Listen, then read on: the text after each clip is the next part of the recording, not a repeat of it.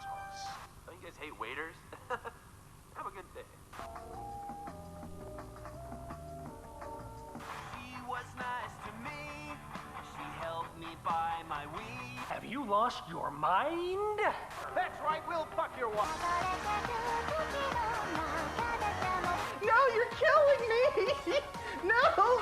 She's so unhappy! Would you like a treat? Nobody on Twitch knows what lurks within the old Thanatos mausoleum. But they're about to find out. Man, today stinks. There's nothing to do. I'm so bored. If only there was a way to alter my flesh. Well, golly, I've got the place for you. Welcome to the festival. Come one, come all to an unforgettable experience that will change you forever. Even me? Haha, in a sense. Try your hand at our games of skill and put your strength to the test. Can you tenderize the toughest of tendons? Can you survive the sickening slaughterhouse? Oh, feeling daring, are we? Enter the anatomical adapter and see the world through new eyes. Feast on our delicious refreshments. Enjoy a unique and tantalizing selection of the finest cuts of meat this world has to offer. I personally guarantee you won't be able to put it down. Don't ask how we got it. Unless you're eager to become part of the meal. Experience our incredible rides. Fun for some ages. Carousels, coasters, the meat grinder, and so much more. We can personally guarantee that all of our machines intimately know the taste of blood. And boy, oh boy, do they hunger. No safety barriers, no seatbelts, and all thrills. You'll never ride anything like them again. See our menagerie of odd creatures. Sourced from all corners of the map, we're too dang scared to tap. All-seeing eyes, mermaids, slimes, robbers, Tony, hypnotist.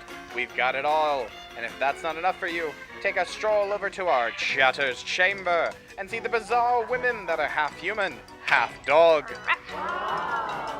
And to top it all off, we've got your lovely host, our Lady of Death, our Vicar of Viscera, our Maiden of Meat, the one, the only, me, Kyria Thanatos, now featuring reanimated arms.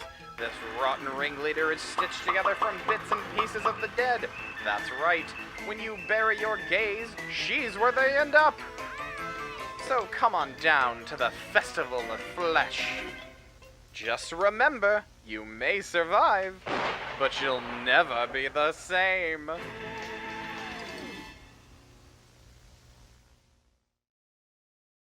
Hello, hello, all gamers and ghouls. Hello, why did this not work? There we go. Hello, hello. Welcome back to the Carnival, to the Festival of Flesh. How is everybody doing today? Love this, how much damn work went into this. This was great. It was finished in 5 days. It was made in 5 days, very quickly, with like working every day, all day. Anyway, hi everybody. Hello, hello. Now, first of all, I need to start a poll for the next 10 minutes. Who survived? I want your opinions, I want your answers, I want your thoughts, your prayers, your feelings. Tell me them all right here in this little poll. Who survived? Officially watched 5 horror movies this week? Nice. So, okay, before we get into any discussions about The Thing, because this is going to be a discussion about The Thing, since we just watched it, absolutely, Eris, no problem, you get that ticket for free. I do need to tell you guys something that I didn't have time to tell you in the movie chat. So we're gonna watch a lot of horror movies, okay? But I need you to get very used to this sentence, okay? All right, I need you to get very used to the sentence I'm about to say, okay? Are you ready? Are you ready? Are you ready? The Thing, as we've talked about, was one of the most influential and important horror movies ever made. As a result, it was a box office failure and everybody hated it. It was considered one of the worst movies ever for the time that it came out. Whoopsie! Whoopsie! That's just gonna happen. That's just gonna keep happening.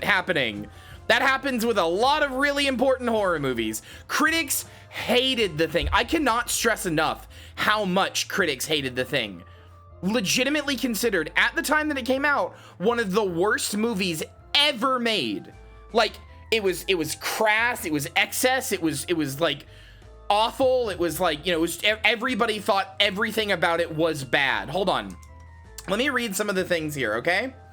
The film received incredibly negative reviews on release and hostility for its cynical, anti-authoritarian tone and graphic special effects. Some reviewers were dismissive of the film, calling it the quintessential moron movie of the 80s, instant junk, and a wretched excess. Starlog's Alan Spector called it a cold and sterile horror movie attempting to cash in on the genre audience. Against the optimism of E.T., the reassuring Star Trek II, the technical perfection of Tron, and the sheer integrity of Blade Runner. The plot was criticized as boring and undermined by special effects. The Los Angeles Times' Linda Gross said that The Thing was bereft, despairing, and nihilistic, and lacking in feeling, meaning the characters' deaths did not matter. Spencer said it featured a sloppy continuity, lacked pacing, and was devoid of the warmth of humanity. David Anson of Newsweek felt the film What a fucked up day! David Anson of Newsweek felt the film confused the use of effects with creating suspense, and that it lacked drama by sacrificing everything at the altar of gore.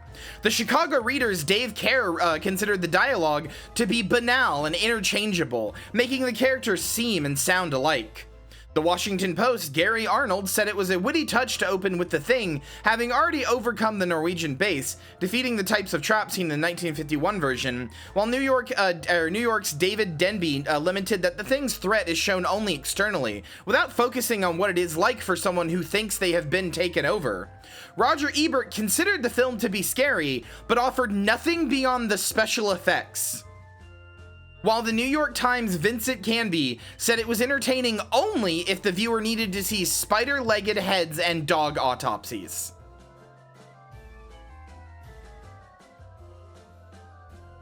Yeah. Just get used to this. Just get used to this. You understand why I'm so, like, defensive of horror now, right? Get used to this. Horror is seen as, like, a kid's genre that means nothing. And, like... Just get used to this. Every time that we watch a movie and I'm like, oh, by the way, this movie was like immensely like important to like horror and like established a bunch of genre tropes and is like the grandfather of all horror. Just get used to the fact that on release, everybody hated it. Everybody. Just get used to it. Thing is still a dumpster fire? I'm going to beat you up. No, The Thing is an incredible movie. We just watched it. It's one of the best movies ever made. I just don't like horror. Okay, you know what? That's fair. When I first watched it, my mom told me critics hated it. I was absolutely flabbergasted. Yeah, I feel critics tend to hate horror films in general. They do. So in 1982, critics hated The Thing and were indifferent on Blade Runner. What the fuck were critics doing in 1982? Yeah. Yeah.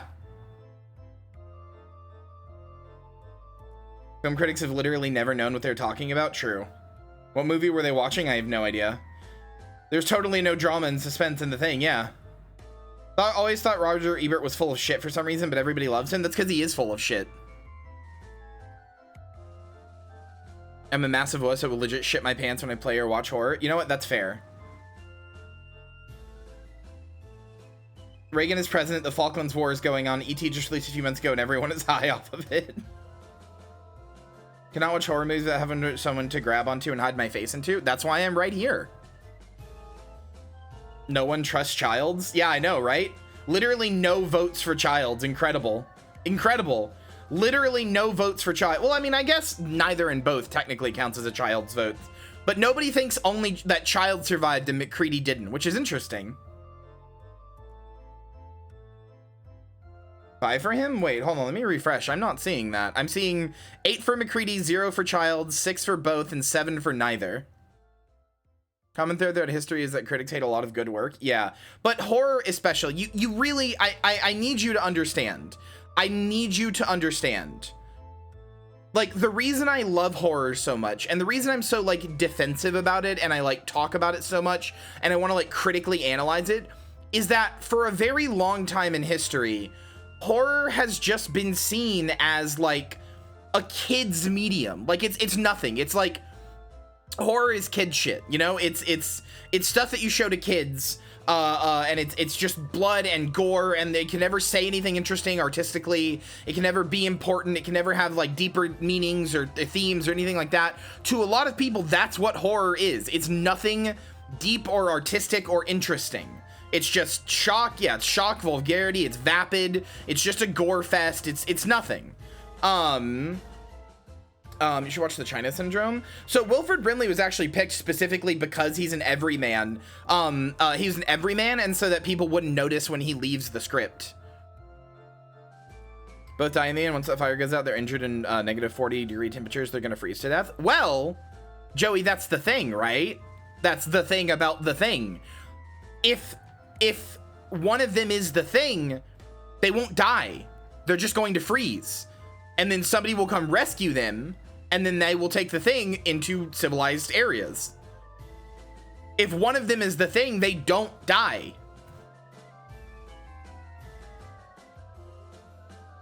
That's what makes it so interesting. That's what makes the ending so interesting.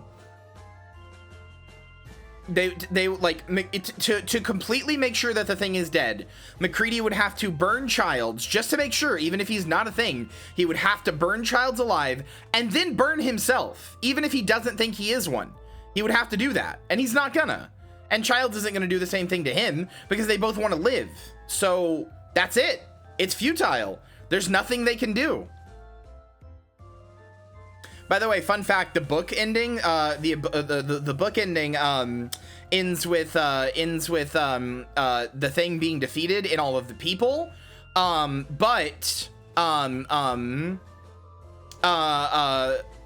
personal theory is that neither of them are infected.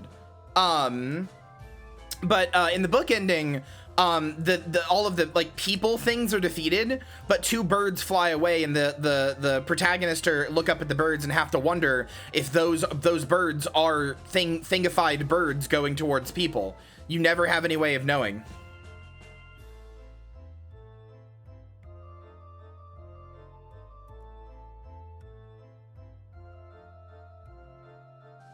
Box office bomb, you know, Fight Club lost money at the box office, right? No, I know. But critics loved Fight Club. They still thought it was good.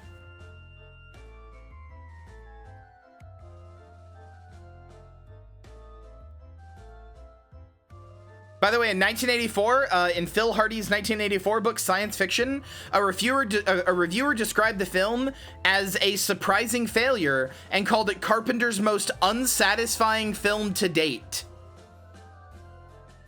As a horror fan, watching critics pan every good horror movie hurts. That's just how it is. That's just how it is. It's seen as like a nothing genre. It's seen as a genre that isn't taken seriously. I need you to understand something, chat. I need you to understand something. Not just is horror considered like a kid's genre or whatever, right? Like, how do I put this? There are a lot of people. Holy shit. Neither and MacReady are literally even split 8 and 8. Wow. That's really cool, actually. I love that. I'm glad to see that's how you guys feel. I'm on side neither, so I sway the vote, but I didn't vote. So what was I gonna say? Oh yeah, so here's the thing you have to understand. Even our poll has an ambiguous ending, yeah, right?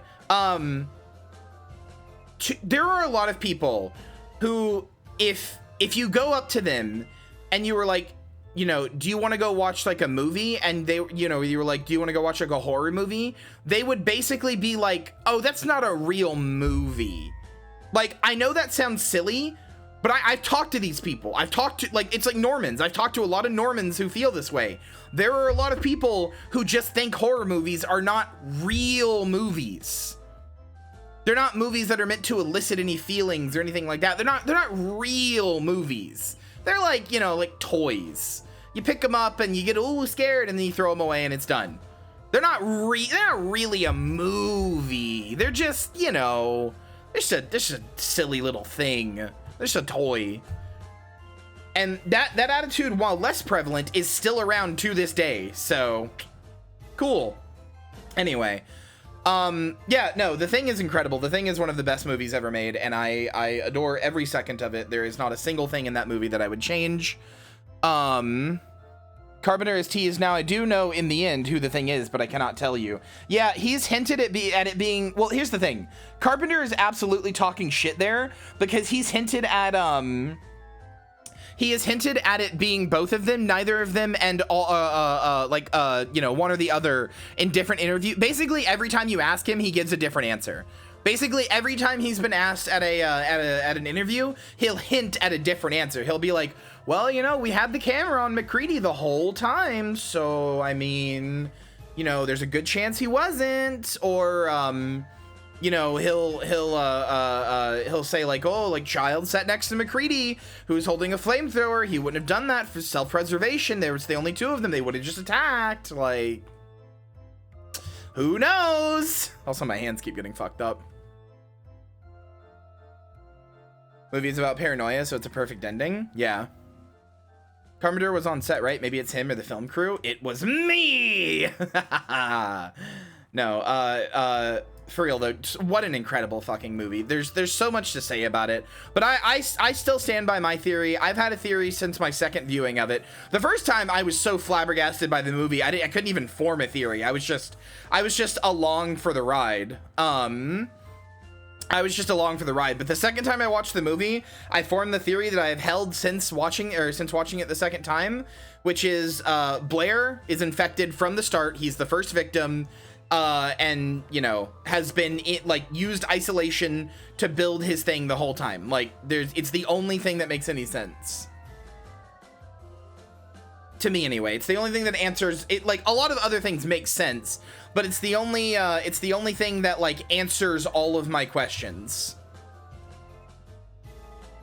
And I feel like I gotta watch the movie, damn it. I mean, it's a really good movie. Do you guys want to hear more? Do you guys want to hear more bad takes from critics? There are like 7 paragraphs of bad takes from critics on Wikipedia. It's really funny. Let me continue. Let me continue. Let's see. Reviews of the actors' performances were generally positive, while criticizing the depictions of the characters they portrayed. Ebert said they lacked characterization, offering basic stereotypes that existed just to be killed. And Spencer called the characters bland, even though the actors do the best they can with the material. Times, Richard Schnickel singled Russell out as the stalwart hero, where other characters were not as strongly or wittily characterized. And Variety said that Russell's heroic status was undercut by the suicidal attitude adopted towards the film's finale. Other reviews criticized implausibilities, such as characters wandering off alone, and Kerr did not like that the men did not band together against the Thing. And several God damn. Why didn't they all just band together? Why didn't they just stop being paranoid? If I was there, I just wouldn't have been paranoid. Skill issue. I wouldn't have been paranoid. I would have banded together with my fellow man. That's the movie. That's the movie plot going right past their head. Yeah, skissue. Kerr did not like that the men did not band together against the Thing, and several reviews noted a lack of camaraderie and romance, which Arnold said reduced any interest beyond the special effects. The film's special effects were simultaneously lauded and lambasted for being technically brilliant, but visually repulsive and excessive. Sin Fantastique wrote that the Thing may be the most unloved monster in movie history, but it's also the most incredible display of special effects makeup in at least a decade. Review called Botton's work genius, noting the designs were novel, unforgettable, and colorfully horrific, and called him a master of the macabre. Arnold said that the chest chomp scene demonstrated appalling creativity, and the subsequent severed head scene was mildly madly macabre. comparing them to Alien's chestburster and severed head scenes. Variety called it the most vividly gruesome film to ever stalk the screens. Conversely, Denby called them more disgusting than frightening and lamented that the trend of horror films to open the human body more and more bordered on obscenity. Spencer said that Botton's care and pride in his craft were shown in the effects, but both they and Schnickel found them to be too overwhelming and squandered without strong characters and story. Even so, Canby said that the effects were too phonied looking to be disgusting.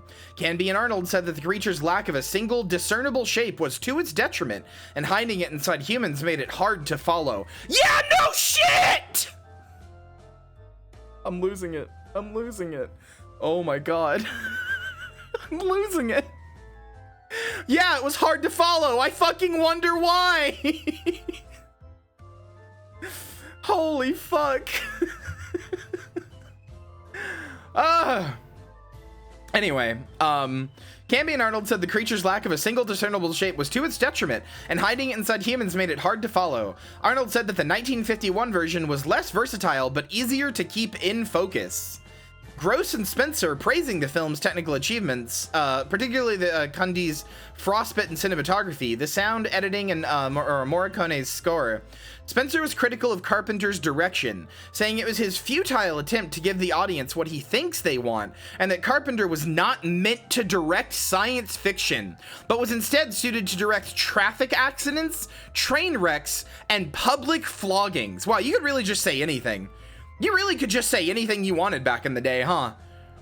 You really could just say anything you fucking wanted. Anson said that atrocity for atrocity's sake was ill-becoming of Carpenter. The Thing was often compared to similar films, particularly Alien, Invasion of the Body Snatchers, and The Thing from Another World. Elbert and Denby said The Thing seemed derivative compared to those films, which had betrayed the story in a better way. Variety called it inferior to the 1951 version. Arnold considered The Thing as the result of Alien raising the requirement of horrific spectacle. The Thing from Another World actor Kenneth Tobey and director Christian Nyby also criticized the film. Nyby said, "If you want blood, go to the slaughterhouse." All in all, it's a terrific commercial for J&B Scotch, which is the drink that they have at the end. Tobey singled out visual effects, saying they were so explicit that they actually destroyed how you were supposed to feel about the characters. They became almost a movie in themselves and were a little too horrifying. In Phil Hardy's 1980, oh yeah, I already said this one, Surprising Failure, Carpenter's most unsatisfying film to date, the review noted that the narrative seems little more than an excuse for the various set pieces of special effects, and Russell's hero is no more than a cipher compared to Tobey's rounded character in Howard Hanks's The Thing. Clinton said that introductory scenes for the characters omitted from the film made it hard for the audiences to connect with them, robbing it of some of the broader appeal of Alien. Also, frankly, it's not as good as Alien is an incredibly hot take. I would say The Thing is on the same level as, if not better than Alien. Like, they're fucking like neck and neck, you know? Like, they're very similar movies in a lot of ways. But, like, I would say they're both just as good as each other, genuinely.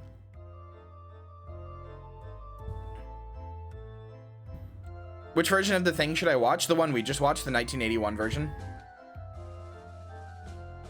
With, by John Carpenter. I prefer Alien, but they're both great films. I think I prefer Alien 2 because I really love the Xenomorph, but I still think they're, like, on par with each other.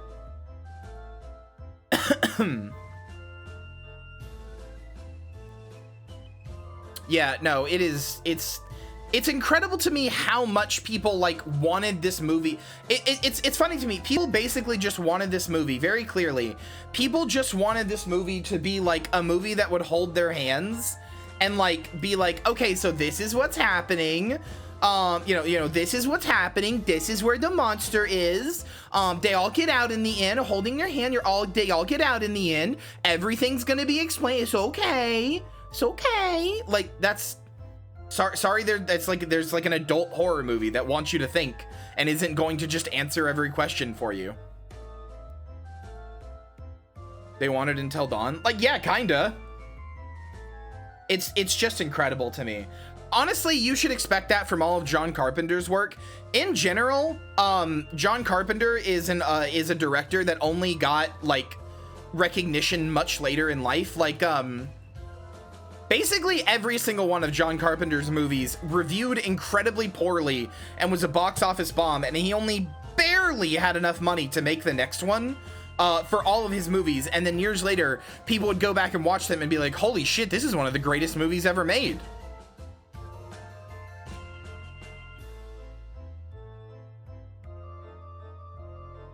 Supermassive Games, The Thing. God, that would be so good.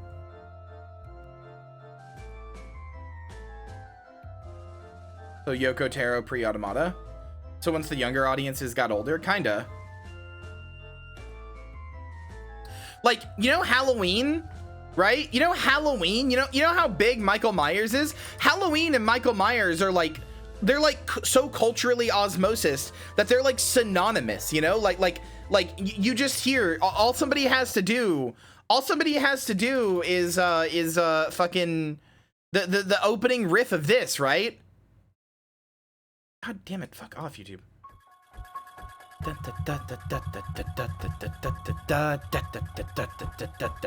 Right, and instantly you've got like, you know, all somebody has to do is this, right? And you're like, oh shit, like this is like embedded. Is this from The Thing? No, this is from Halloween, right? Yeah, this is a classic theme, and this is like embedded in cultural, like Michael Myers as a killer, right? With like the blue jumpsuit and the white mask and the, you know, the chef's knife and everything. That's like embedded in cultural consciousness as like you know, defining like what a slasher is, what horror is, right? When people think of horror movies, they think of Halloween, right? Even if you haven't seen it, you think of movies like Halloween, or you think of Halloween, right? Like you think of that as like a classic horror movie, right? Let me just read the critical response section of Halloween's Wikipedia page. Upon its initial release, Halloween performed well with little advertising, relying on word of mouth, but many critics seemed uninterested or dismissive of the film. Pauline Kael wrote a scathing review in The New Yorker, suggesting that Carpenter doesn't seem to have had any life outside the movies. One can trace almost every idea on the screen to directors such as Hitchcock, Brian De Palma, and to the Van Luten Productions, and musing that maybe when a horror film is stripped of everything but dumb scariness, when it isn't ashamed to revive the stalest device of the genre, the escaped lunatic, it sacrifices part of the audience in a more basic, childish way than some more sophisticated horror pictures do. Nobody liked John Carpenter movies when they first came out. Nobody liked them. Nobody. Everybody thought every movie he ever made was shit. And then like 10 years later, everybody's like, wait, hold on. These are the most genre-defining pieces of media ever made. At least in the horror space, anyway. It is incredible to me. How dare he likes fucking Hitchcock? How is comparing his works to Hitchcock even approaching a bad thing? I don't know. I have no clue. Don't get DMCA'd? Oh, I won't. This is, I have it set so that this won't, like, show up in the VOD. So, I won't get DMCA'd. Underappreciated classic Ghost of Mars. Listen, I didn't say they were all good. This guy draws inspiration from other directors. Kill him. It honestly makes me really sad. It honestly makes me really sad. People just did not like people just did not like John Carpenter movies when they came out. Most of them were considered pretty fucking bad.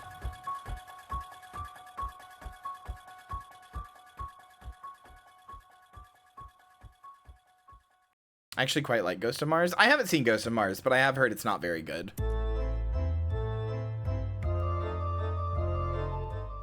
I don't know, man. It just bums me out how John Carpenter has been treated for how good of a influential director he is. I mean, Escape from LA and Escape from New York are like movies that people reference all the time. Fucking what's his name? Snake Plissken from Escape from New York is the basis behind Solid Snake. It's the basis behind Solid Snake. And I'm pretty sure people didn't like that one when it came out either. That one actually might have been one of the ones people that I can't remember. But like, it sucks, man.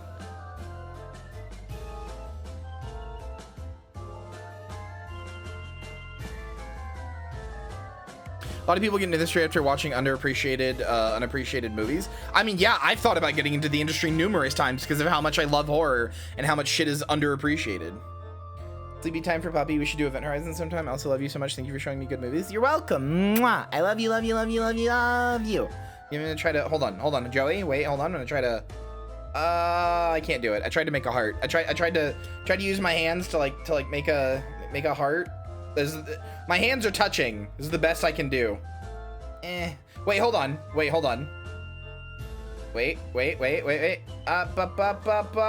There we go. I'm pointing at it. I'm pointing at the heart. See? There we go. There we go. That's the heart. For producing a movie, let me know. I'll watch it even when I shit myself. I don't know if I could produce a movie, but like, it just makes me mad, man.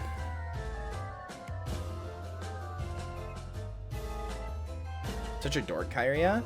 I love movies. I love movies and I love horror so fucking much. And I want it to be appreciated as a genre.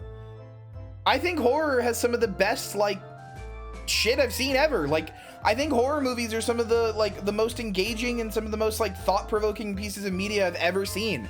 I want it to be taken seriously as a genre. I want people to watch these movies and go, holy shit, I didn't know that this was this good. I didn't know this genre had so much in it. I didn't know it could explore such serious topics in such, you know, interesting ways.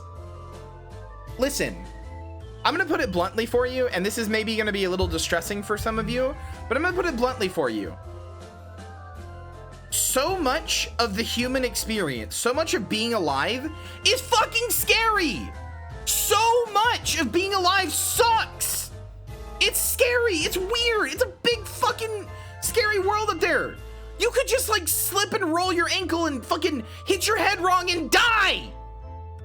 You're fucking tiny, you're insignificant. You could just die. You could just fall and slip and die. Your heart could just go like, nope, and stop. There could be a fucking prion in your brain that just folds wrong. Oop, you're dead. Sorry, you've got the fucking mad cow disease now. That could just happen. So much of being alive, and that's before we even get into like emotions or shit like that. So much of being alive is so fucking scary. And that's why I love horror so much. You're so scared of prions? Yeah! That's why I love horror so much, because we take the things that are scary and in some ways we mesh them into like, you know, into analogs or into, you know, things that are like, we mesh them into a thing that makes them controllable, that makes them understandable, that makes them something we can interact with, something we can conquer, something we can, you know, confront, right? Like, when you make a horror movie about something that's deeply personal and scary to you, right? You're confronting that thing. You're going, ah, right? You're fucking Mr. Beasting at it. You're confronting that thing. And, you know, anybody else who has those same fears, you're confronting it. So much of being alive is so scary, and that's why you should come on down to the carnival. Exactly. And forget your woes. It's catharsis. Reminder that rabies exists. You don't have to fucking remind me.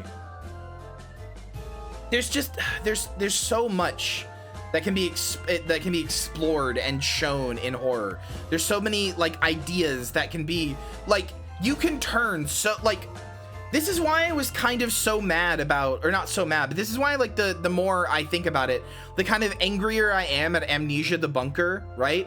Because it's fucking World War I, dude. It's fucking World War I. Do you know how much you could explore with that? People who went through World War I did not come back the same at all. Like, nobody comes back from any war the same, but World War I really fucked with people. You know, by the time World War II had happened and you know, subsequent wars after that, we like had research, because of World War I, we had research into what happens on people's brains in that sort of environment.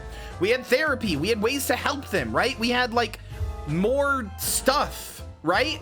We had more access to better ways to help them. It wasn't perfect. I'm not saying that every World War II vet was fine. Obviously they weren't, but we had more ways to help them. We didn't know what was gonna happen after World War I. We had no clue what would going into that environment would do. That's the scariest thing I can imagine. being sent into this war, the Great War that everybody is part of, and it's huge and it's massive and it's the scale that you know, a fucking logarithmic scale we've never seen, and it's so fucking scary, and the fear becomes normal. The fear becomes normal. Remember the fucking the thing in the bunker that was like, oh, I don't like it when it's silent. When it's silent, that means it's dangerous. At least when there's bombings, I know I can sleep or whatever. Like, oh, there's bombings again, I can go back to sleep, right? Like, that's fucked up. The fear becomes normal. The fear becomes the mundane. It becomes part of life. That's fucked up.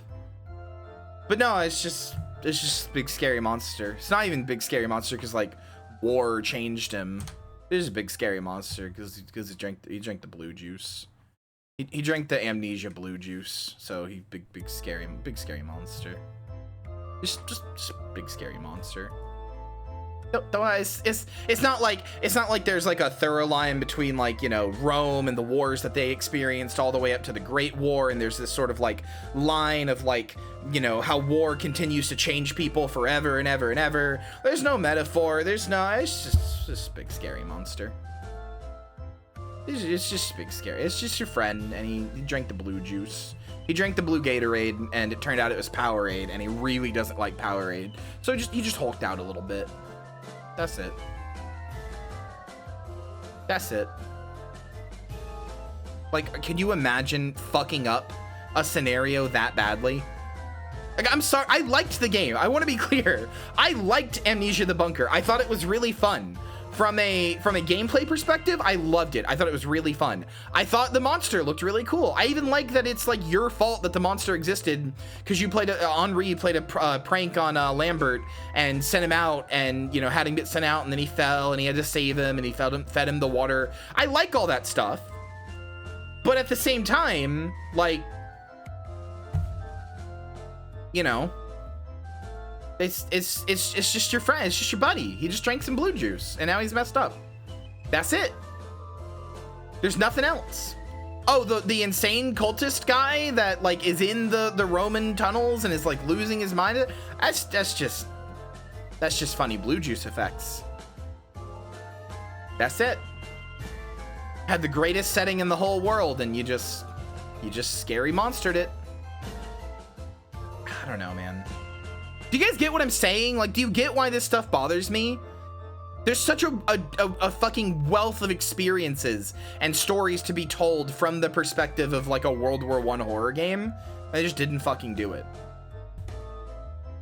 It's not that the game is bad. It's that it's just wasted potential because of all the connections to Amnesia lore. Ah, God, that it bums me out. It bums me out. And like, not every fucking horror, like sometimes you can just make horror because, you know, blood and guts is scary, or big, you know, big monster is cool. Like, you can do that. Not everything has to be metaphorical or whatever. You can take a setting like that and just be like, oh yeah, we're in World War I. Also, there's scary demons. There's a game actually called Necrovision on the, that's like a first-person shooter. Hold on. There's a game called Necrovision that's a first-person shooter that does that. It's World War I, and also there's scary demons. Does that have anything to do with World War I? Nope. Just some scary Doom-style demons you gotta go bang, bang, bang on. And that's fine. You're allowed to make, like, a campy thing like that. But, like, Amnesia had so much going for it. It had so much potential, you know? It didn't seem like it was doing that, and then it just did. At least Necrovision is very upfront about it. Hey, we're in World War I for about 5 minutes, and then bam, demons. Well, all right. I know what I'm getting into now. But yeah, anyway, we've gone off topic of The Thing. The Thing is amazing. The Thing is good. I love the movie very much. I'm mad that it didn't get the recognition it deserved. And I've also everybody who watched The Thing with me, I do apologize. I have kind of cursed you. You are kind of permanently cursed. I'm sorry. Because now that you've seen The Thing, every time you look at other pieces of media, you're gonna be like, getting some real Thing influences here. I think I'm seeing some real Thing energy here. Like, you're just it's like watching Casablanca for the first time. You're gonna see it and be like, oh, That's inspired by The Thing. Whoopsie. Something Boss Baby. It's the Boss Baby effect, but it's real. It's like real and actually happens. Me playing Among Us. I feel this has some Thing vibes. Yeah. Anyway, I had more to say about the movie, but I don't know. I kind of lost track of thought. So whatever. We're gonna play the video game now. Mainly because my chest is starting to burn from the leap motion being on it.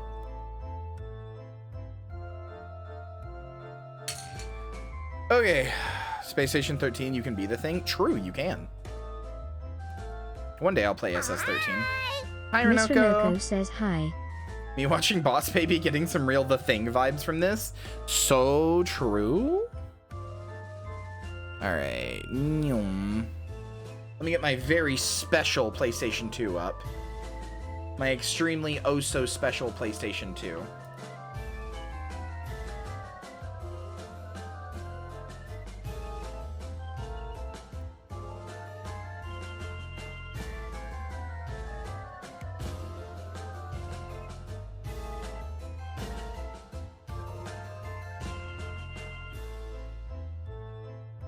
SS13 is so much fun, only plays on a high RP server. Yeah.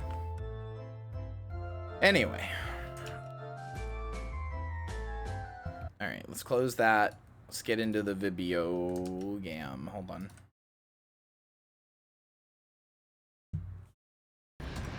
Alright, video game time.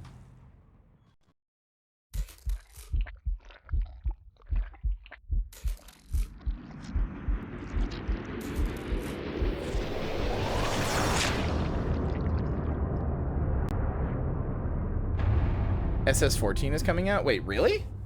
What is that gonna be? Is that real? How's that gonna work? Remake of SS13? Oh, I didn't know about that. How does it work? Is it still 2D or?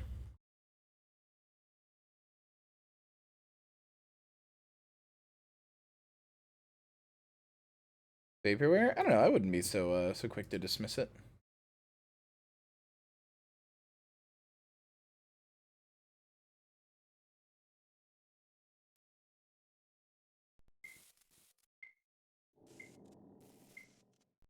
All right, back to the video game. Last updated this week. Hold on, let me look at this. I'm curious. I'm curious even. Oh yeah, chat. I did get my new speakers, and I'm very happy with them. They sound very good. And the subwoofer is cool, and I'm very happy with it. Well, this does look like Space Station 13 for sure.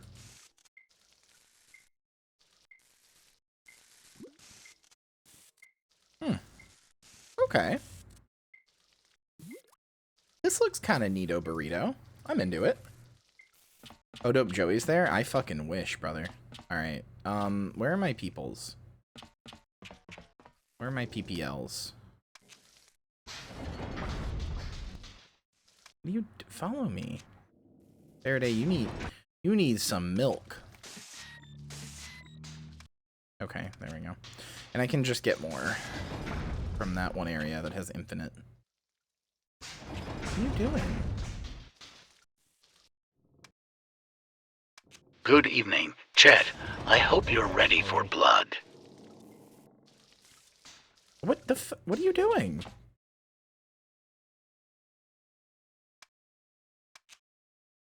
Brother? Fucking fine. Here. Alright. Will you come with me now? Okay, goddamn. Alright, where the hell were we taking Faraday? I don't remember. Who is John Carpenter? In case you had not figured that out yet. I said so, but in case you had not figured it out yet, Faraday is in fact John Carpenter. That is a cameo of John Carpenter. Which is pretty cool. Let me just... Where's my flashy light? There it is. Oh, good.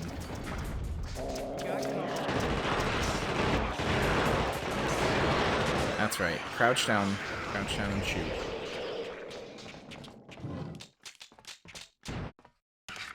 Okay, cool. Yeah, I still can get infinite of these. That's good. So how are you liking the game so far? It was fun. I did have an issue last night where I ran into an area that I got soft locked in because, I ran into this area, actually, this room that we're in right now, this one over here, and I kind of got soft locked in it because I was at like no health after the boss fight, and then I was stuck and could not progress further because there were two big dudes in here and I had to kill them, and I did not have the health for it because I would have died in one hit. So that was a little annoying. I need an engineer. Are you an engineer? Yes, sir.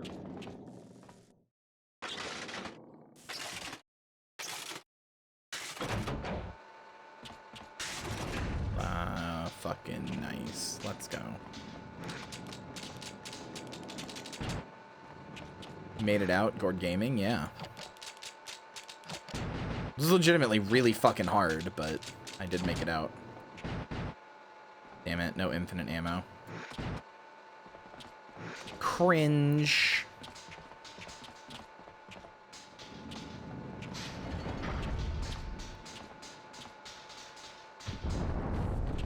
Company.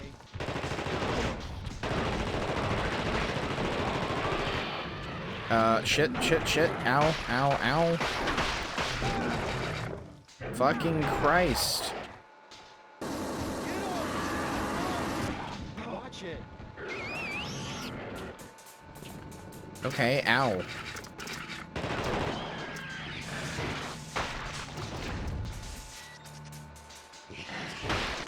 Oh my god, please. I've lost all my abilities from yesterday. Okay. Okay, cool. Everybody's healed. Let me get more fucking infinite medkits. Thank you. Love when the medkits are infinite. Jargon Carpenter got slimed? Yeah. Maybe there's one of those cells back there? No, there was, and he immediately turns. Which is fucking cringe and sad. See, like, I don't hate this game or anything, but this is what critics wanted, right? This is what they actually wanted. They wanted a game like, or they wanted like a movie like this, where the thing is just a big flesh beast, a big singular flesh beast. Maybe it absorbs people sometimes, but most of the time it's just a big singular flesh beast that that is easy to track and manage, you know? This is what they actually wanted.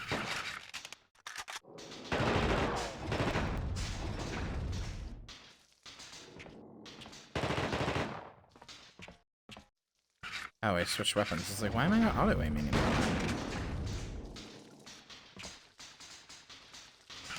Oh, hold on. My ass is not going to have any damage. I refuse. You're giving me infinite medkits. I am running back to them every single time. I just, the one review I can't believe there is that people were mad that they didn't band together to fight the thing. Like, yeah, dude, no shit. That's what the movie is about. About how in a situation like that, it would be hard to trust your fellow man. Like, are you just stupid?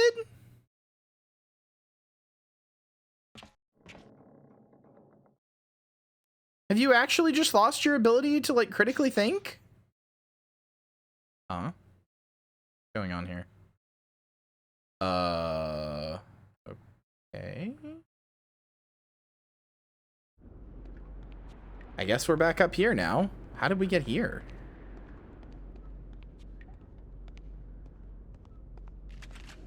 What the hell? Stand down, soldier. Good to see you, Doctor. We need to talk. All in good time. But first, I'm afraid I'm gonna have to ask for your weapons. I'm not doing anything until I get some goddamn answers. You're out of your league here, Blake. Oh. Oh, okay. Well, this certainly isn't what I expected for John McAmerica Man. So I guess this isn't my Medal of Honor ceremony, is it? A little premature. Right now, we need to have you both tested. What the hell are you talking about? I'm not infected. My men are dying out there. I've seen firsthand what this infection is capable of. What are these animations? You have no idea what it can do. Son of a bitch!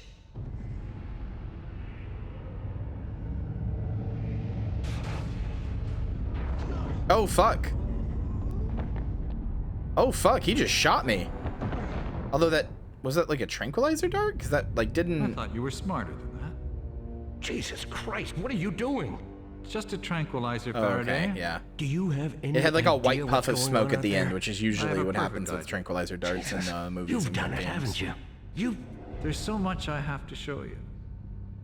I think you'll be impressed with the results. Uh-oh. Pick up Sleeping Beauty and help escort the good doctor. He's had a long day. Uh-oh. Everybody's infected. All of these dudes plus that guy are infected. Oh, shit. Oh, shit. Wait, hold on. That's not... Wow, we cut this off at quite the plot moment, huh? This is not where I expected it to go. Also, look, that's the thing in the corner. It's a little assimilation complete. That's the thing that Blair was looking at.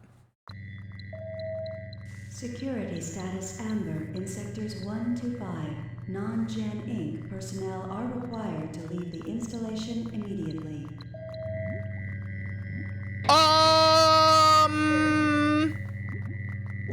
Let me turn this back on, by the way. Hello? What do you think you're doing, Faraday? The infection has spread across the base. All of the organisms have to be destroyed. If it reaches the mainland, there's no stopping it. Quite the contrary. I'm living proof that the infection can be controlled. No, that's not possible. The results can't be ignored, Doctor. I will be remembered as the first successful test subject. No, not if I can help it. I don't need your help. Holy shit! He just killed John Carpenter. Man, he must have really hated the Thing movie. Holy shit. To go out of his way to kill him? Jesus. Bye, John. Hi, Lala. Thanks for joining us for movie night. I will try to do more movie nights, chat. I'm very nervous about them. I don't know really, I can't really pinpoint why.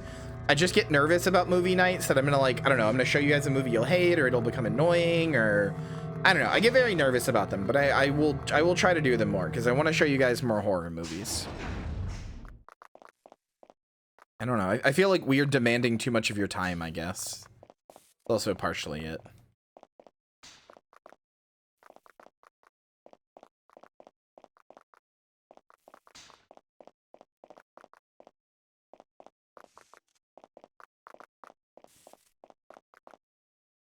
Hello, friend. Oh, I don't have any weapons or guns or anything.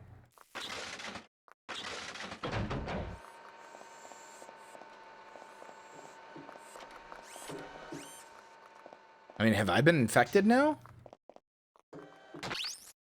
Holy shit. Uh-oh.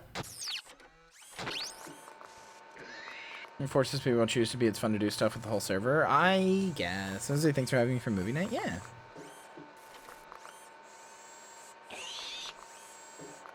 Kind of puzzle escape the room piece. Yeah, that's what it seems like.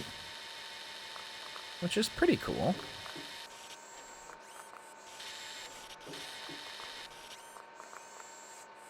The guy seems hurt.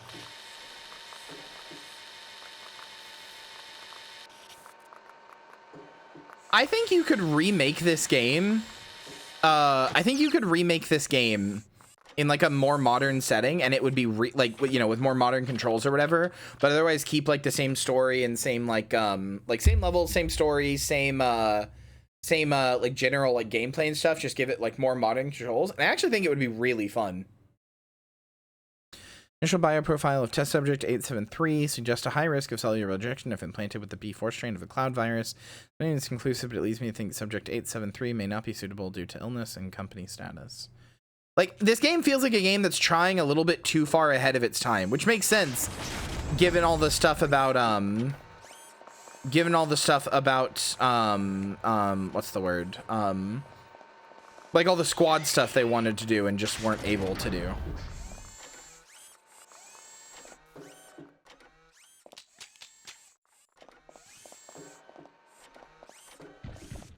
Oh fuck, oh fuck, oh fuck, oh fuck.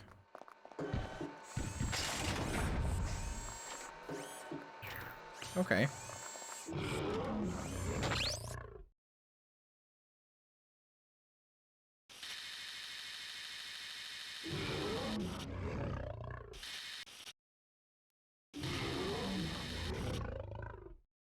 I can't even describe what specifically about movie nights makes me shy. Just something about them does. Something makes me, like, nervous, and I genuinely could not tell you what it is. I don't know.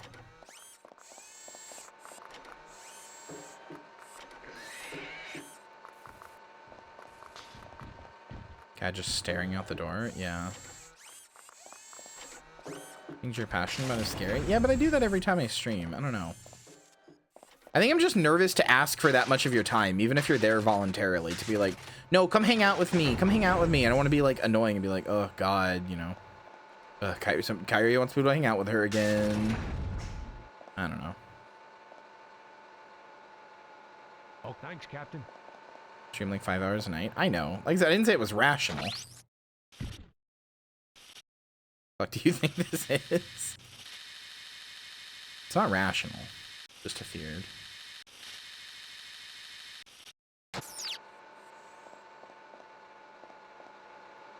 I don't know. To you guys, it's probably like, oh shit, I get a chance to hang out with the streamer. That's cool. To me, I'm like, God, I'm being the annoying friend who's like, oh, do you want to hang out with me? Do you want to hang out with me? Do you want to hang out with me? Like every day. Even though that's not even how our relationship works. Me and you, chat. Like, that's me being parasocial about chat as opposed to the other way around, which is kind of funny. All right. Is holding you captive or not? I'm confused. I think this guy just wants to live. Okay, wait, no, come in here with me, actually. There's no way we can take on the big one yet. We don't have a flamethrower. You can take these out.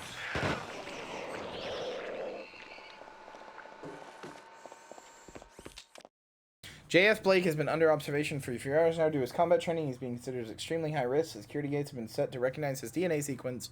Gates will sound the alarm if he passes through and activates the automatic defense system. All other personnel can pass through the gate without tripping the alarm. The only problem, malfunction gate in the armory, which should be fixed soon. Okay.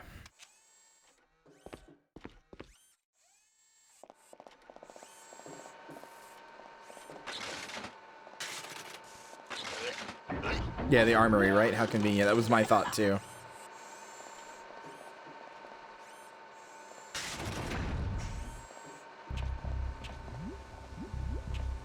Oh, hey, there's some music here. I gotta get to him before he dies with some kind of something. Oh, wait, are you a medic? Oh, fuck, you are. You healed him. Nice. Okay, so now we've got a medic with us. And an engineer. Okay. We're screwed.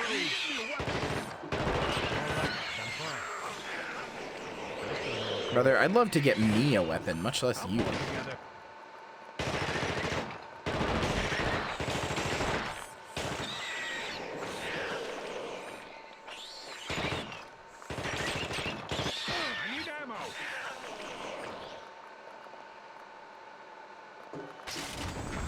I'm gonna close that door. Where's my weapon? Where's my weapon? Calm down, sir. I mean, I don't have any way. There's still the big one out here, the big walker one out here. I have no way to easily kill it. In fact, it might just be better if you guys stay in here. Yes, sir.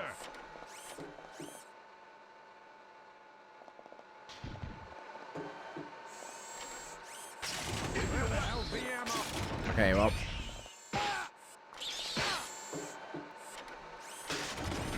Don't you come here, sicko. We got company. There we go. Get trapped in there, stupid idiot.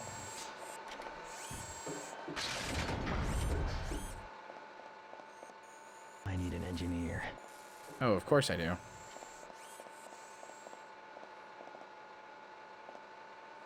Wait, can I? I can. Hey, Stinky, come here. Get me a weapon. Come here, Stinko. That's right, fucker. That's right, fucker. That's right. That's right. That's right.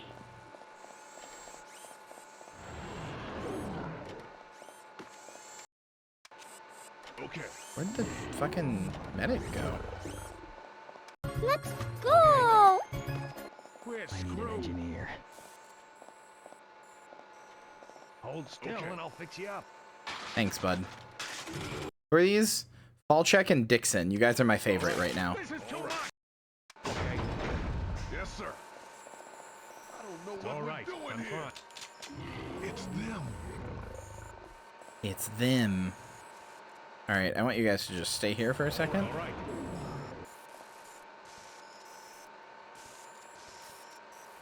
DNA analyzed. Captain J.L. Fuck.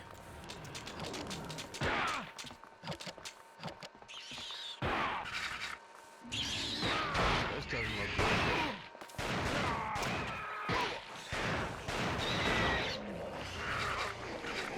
Get up, friend. Where the hell's the ammo? Out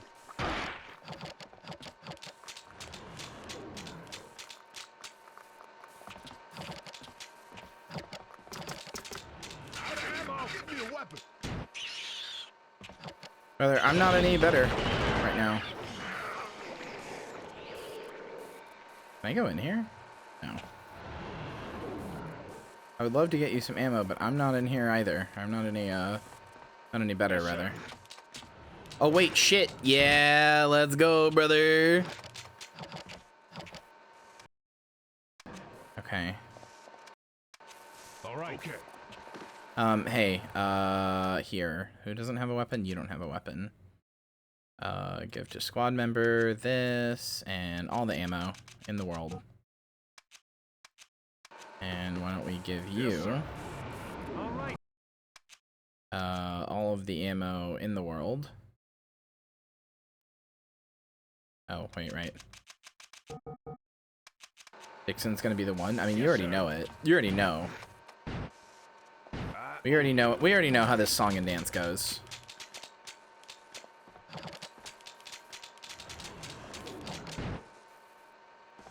We already know the whole I'm fed up with this world, whole world betrayed me. Ow. Okay. Why did that hurt me? That was silly. Just a little compooper. Hold still and I'll fix you up. Oh.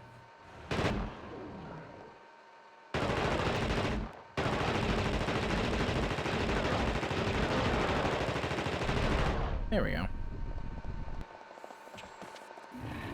Just gonna get more ammo. Get this over with.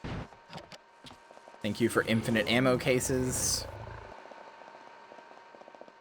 We got.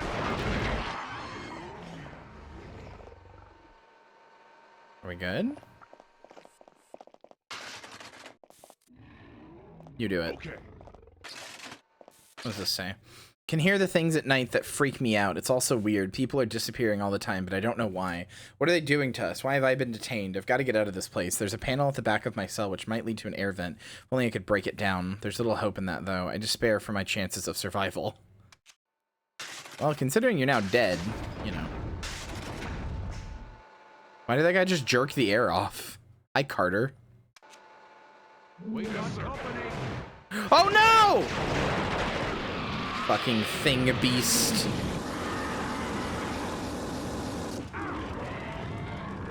You fool. You idiot.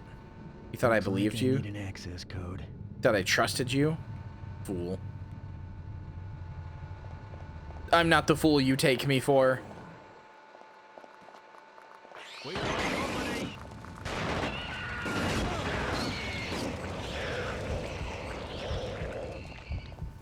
He jerked off the air and then turned into a thing. And you know what? Honestly, that just tells me the thing is DTF, you know?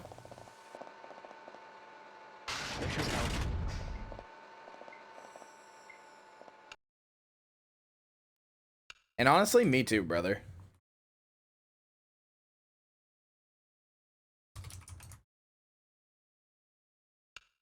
What them tentacles do, homie. Imagine at the very end and a helicopter lands to pick you up on the other side of its umbrella logo. I would fucking scream and hoot and holler. That would make no sense and wouldn't be good at all, and I would still scream and hoot and holler. Oh, this is a gun turret. Wait, hold on.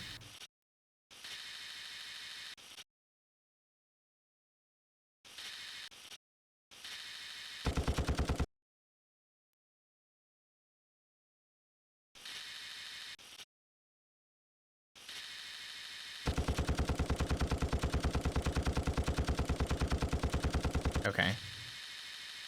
Yes, that does fucking nothing then. Guess I'll just go fuck myself.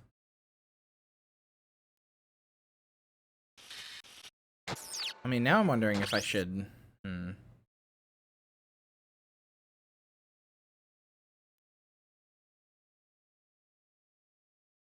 DTF? Oh yeah, it stands for down to fuck.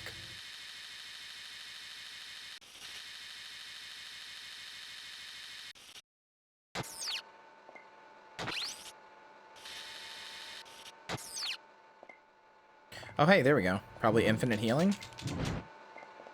Maybe? Are you still good, my friend? Fall check? No, you're not. There we go. Appreciate it. You're welcome, dipshitiot. Okay. I love dipshitiot as a term. It's so funny to me.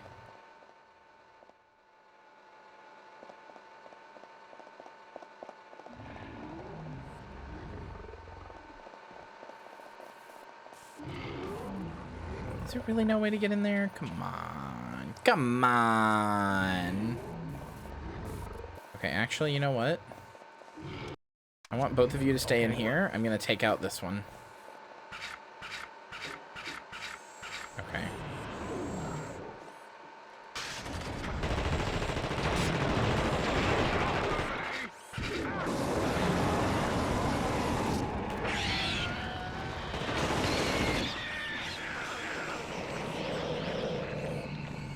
Okay. I didn't have to take that one out, but I wanted to. That was just for me. Can you patch me up, friend?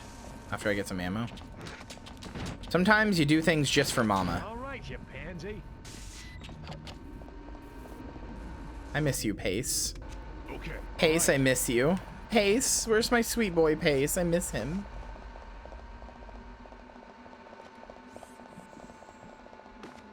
Chat, my sweet boy Pace, he's okay, right? I've just woken up with critical amnesia. My sweet boy Pace, he's okay, right? They wouldn't have ever done anything to my sweet boy Pace, right? He just escaped, right? To deactivate the security gate with the correct switch sequence. Nobody tell her? Oh, I have to deactivate it with the correct sequence, huh? Okay, I'm gonna guess this is random since I haven't seen anything to suggest it, and I'm gonna save a state Man, here. I hate this job. Off skeet shooting with his bros? Okay. Well. Okay, wow, yeah. You're not allowed to fuck that up. I'm glad I had the video game foresight to save state.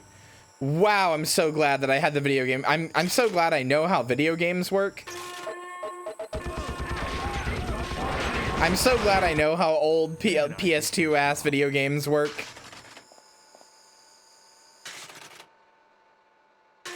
Fucking goddamn it. What happened? I missed it. You have to do this completely random like set of like things or whatever in the right order. And if you do it wrong, an alarm goes off, this thing starts shooting you, and this thing here opens up with fucking commandos in it to kick your ass. Wait, are you kidding me?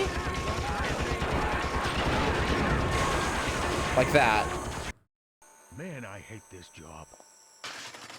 So wait, but I did this one. But that... What? So neither of those work. I don't understand. Man, I hate this job. Oh, it is only 1 and 4. You're right. I thought I had to do all of them. I didn't even bother to look to the side like a dippy. We got company.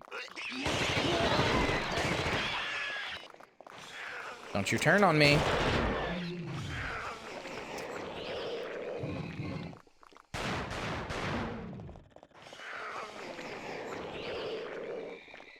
There's maybe a note for it. I looked at all the notes. Riot, thank you for the follow. Welcome to the festival. I hope you enjoy your stay.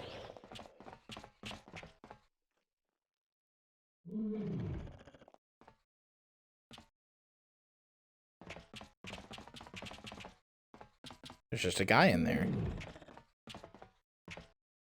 There are so many people just in there. Well, there's the area that he was talking about. That's the thing I tried to shoot. I'm DTF, you know. Dangerous thing fornicating. Watch it. Sorry, friend.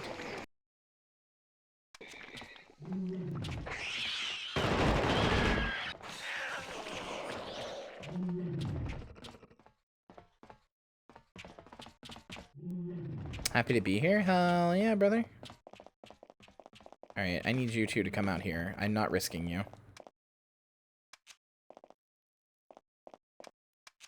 Hold still and I'll fix you up.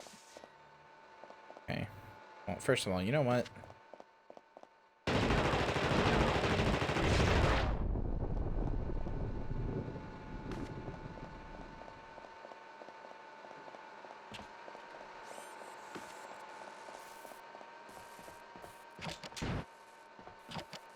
Down to fry or something? No, it's just a term. It's just a term people use. I do love down to fry, though. That's much funnier than anything else I could have come up with.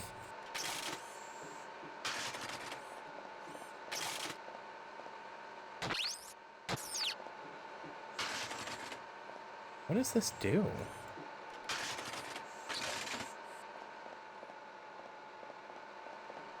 Down to fraught? Brother, if it's a day ending in Y, I'm always down to fraught. And don't you fucking forget it.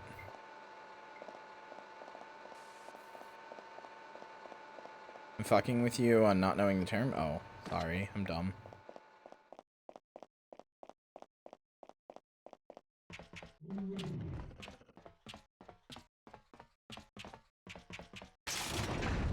I'm running, and I'm running, and I'm running, and I'm running, and I'm running. There we go. Just gonna close that door. And then run in here. Could I do this a different way? Yes. Is this the funnier way? Also, yes.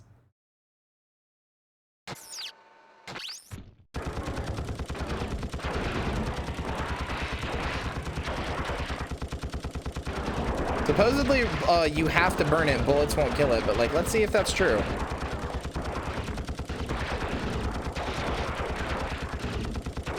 Can you just unload enough into it that it eventually dies?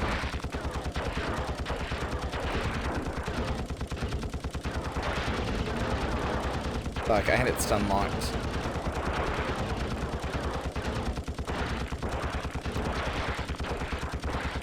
Well, it turns out the answer might be no.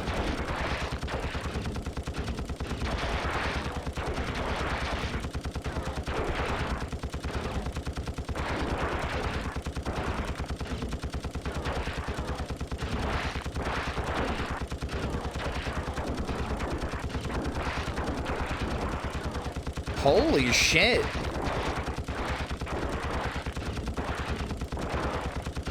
Holy shit.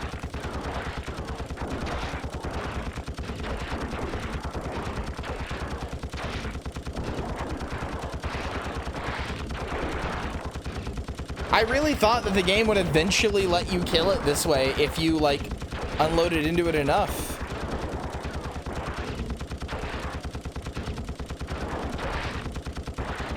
I'm gunning.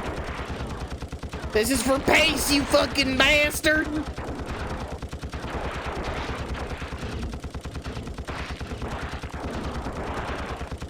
This is getting meditative, I know, right? Ah. Now, chat. Breathe in.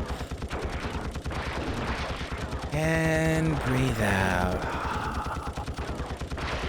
That's right, that's right. Find your happy place. Listen to the rhythmic sound of the gunfire and find your happy place.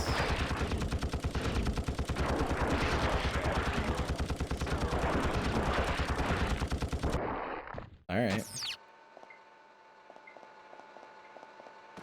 Well, fuck, brother. All right. I guess it really, truly doesn't die.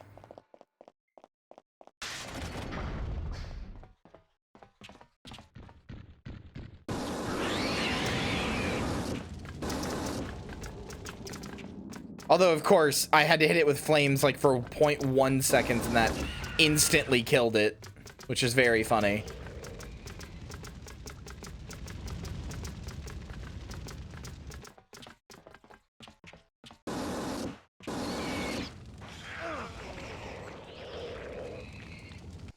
All right, are you also gonna be fucked up and evil the second I get to you?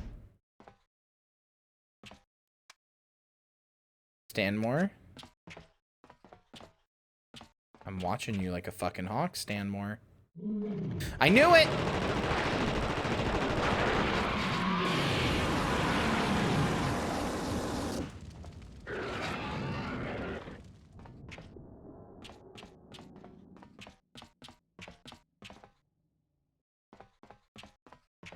I got fucking Stanmore. I went to his fucking sister's wedding! Fisk? Come on. Yeah, I got it. Fisk? What are you doing, Fisk? Fisk? I'm watching you, Fisk. Watching you like a fucking hawk, Fisk.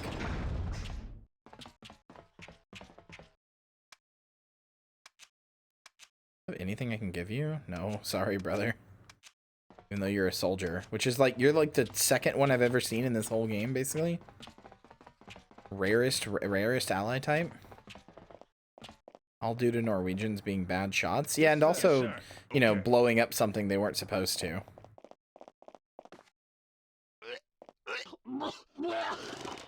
Hey, sorry. Yeah, I'm taking your gun, buddy. Oh, come on. You're really, like... Maybe you will get us out of this. God damn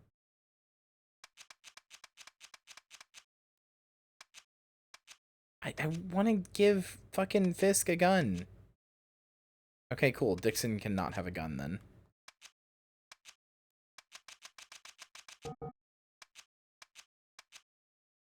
Yes, sir.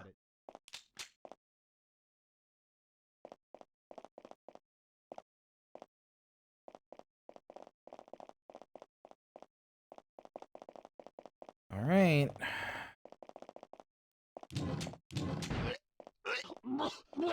Yeah, I get it. It's scary. Will you heal me, though? I think it'd be super poggerslicious if you would heal me, friend. It's just a scratch. Friend? Friend? Okay. I healed you. I owe you. Yeah? You owe me. So heal me. What if I get over here? Maybe it'll make them...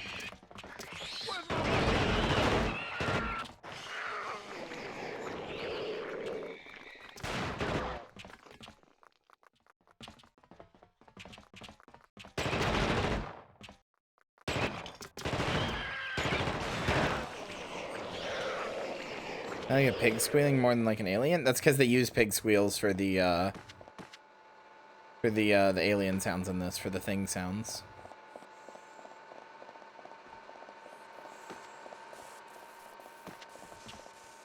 Also, I was looking it up. Apparently, it is semi-scripted when your allies will turn, but also they always have a chance to turn after every encounter with infected. Basically, there's a point where all allies will eventually turn. Like every ally you have will eventually turn, but they also can just randomly turn at any point like in between each thing. They wanted to have this system. I was looking into the development history of this because I was kind of curious. They wanted to have this system where the character, like, you could have like any character in any place basically. So like any of your characters could just randomly turn at any point. So it was almost like roguelike-y. Like every playthrough could be different. You could have Fisk, who would go through the whole playthrough with you, or he could just turn the second you encounter something. But that proved not feasible because of the story, because they had to have certain NPCs in certain places, and making them obviously immune to turning would like feel like not as good. So they came up with a compromise system that they admit they don't like very much, like the devs did, but they were really ambitious with what they wanted to do in this game. Like seriously, really ambitious, which is pretty cool. Like seriously, go look on the Wikipedia page for this. Don't read the story to get spoilers, but like read the like development sections and stuff. They were genuinely really ambitious with this and wanted to do some really cool stuff.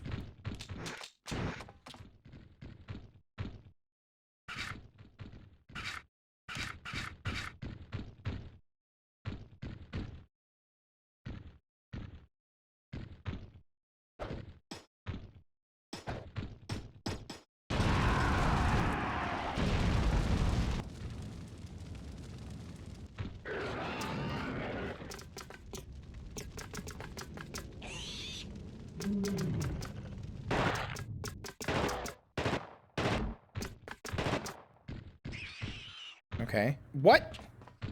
Are you fucking kidding me? Okay.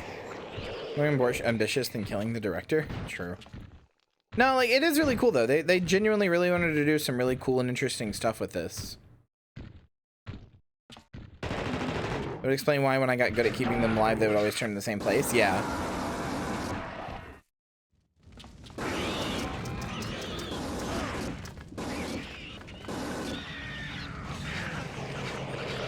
Knowing that does kind of ruin the magic a little bit, unfortunately, but honestly, I'm way more interested in game dev like history and stuff that I'm fine with it being a little ruined. Like, I find the development of this game fascinating, especially with how much they wanted to do with it.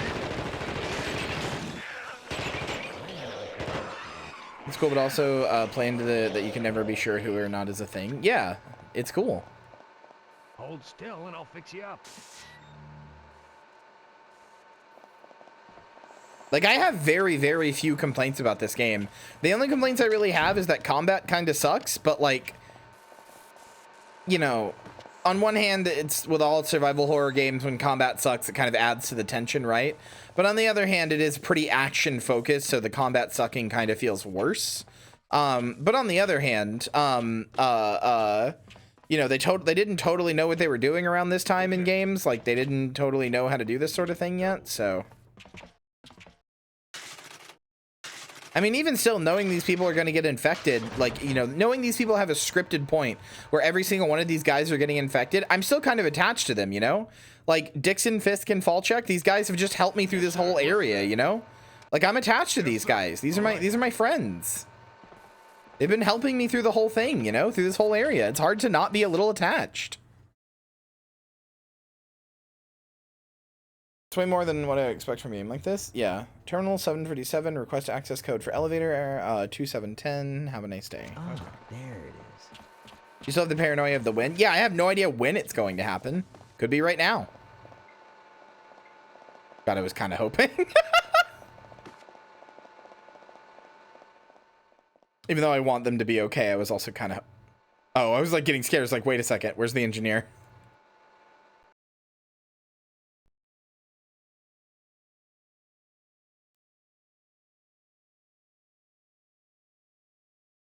Like their fingers melding to your mouth attached? Yeah, we could be so attached. Forever.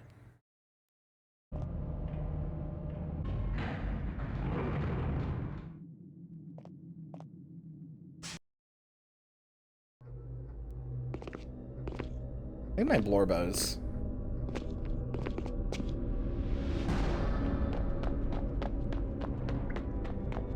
So yeah, I think the people I rescued are not with them. I think these guys are the bad guys.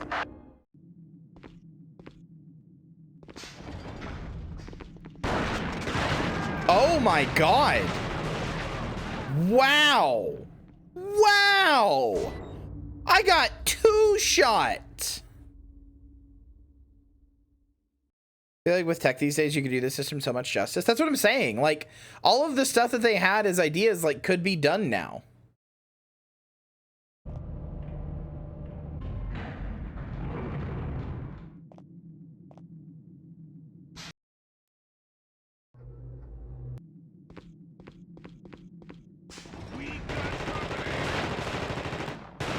Well, I guess these guys aren't thingified, even though they're working with the thing or working with a guy who is thingified, because they sure didn't seem to turn immediately or anything.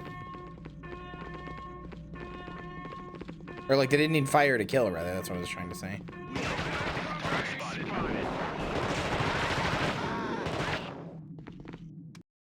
Okay, good. My friends are fine. I was like, oh my god. Given how quickly they killed me, they can probably kill my Blorboats very quickly. Where, brother? I like the... It's gonna make me sound like a fucked up serial killer, but I like the sound they make when they die. They're like, ah! It's like such a genuine human scream.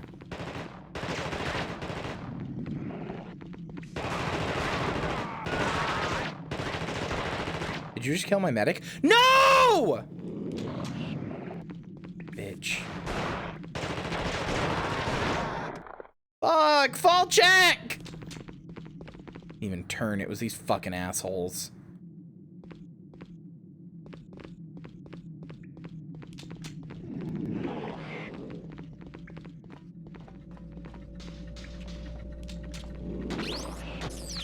Sniper CCTV. Excuse me?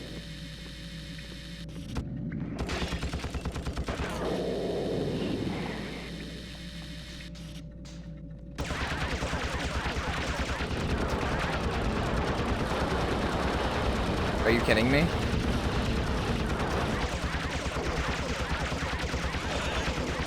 Okay, there.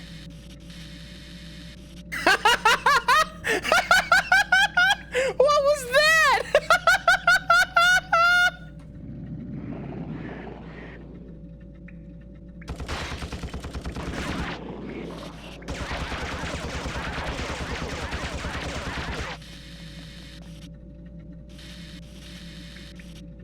I like to see you wiggle, wiggle. I like to see you jiggle, jiggle.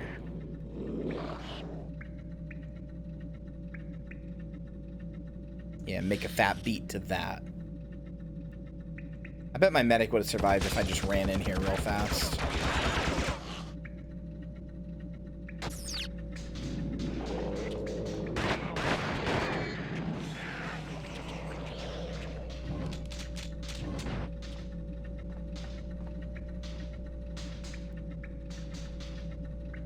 This won't sound like this is what I sound like, sound like, sound like, sound like. I need an engineer. Okay.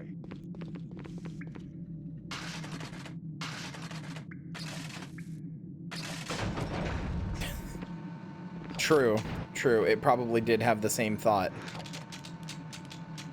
It probably also was like, what the fuck, man?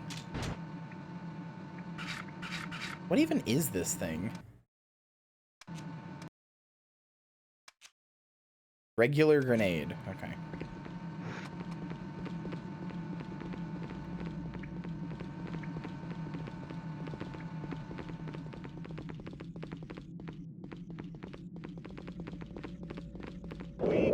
Oh, hello. Falling out of the damn ceiling, brother.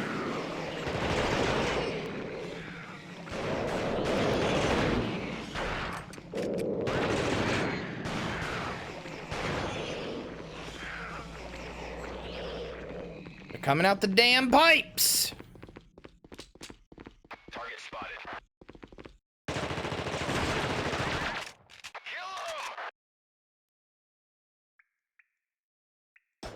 Oh, that hit the wall. Okay.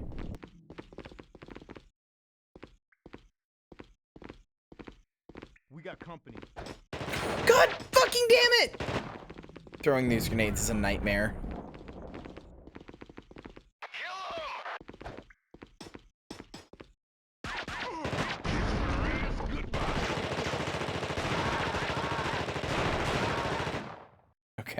sure.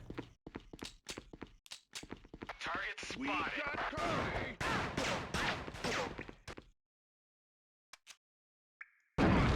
Get him.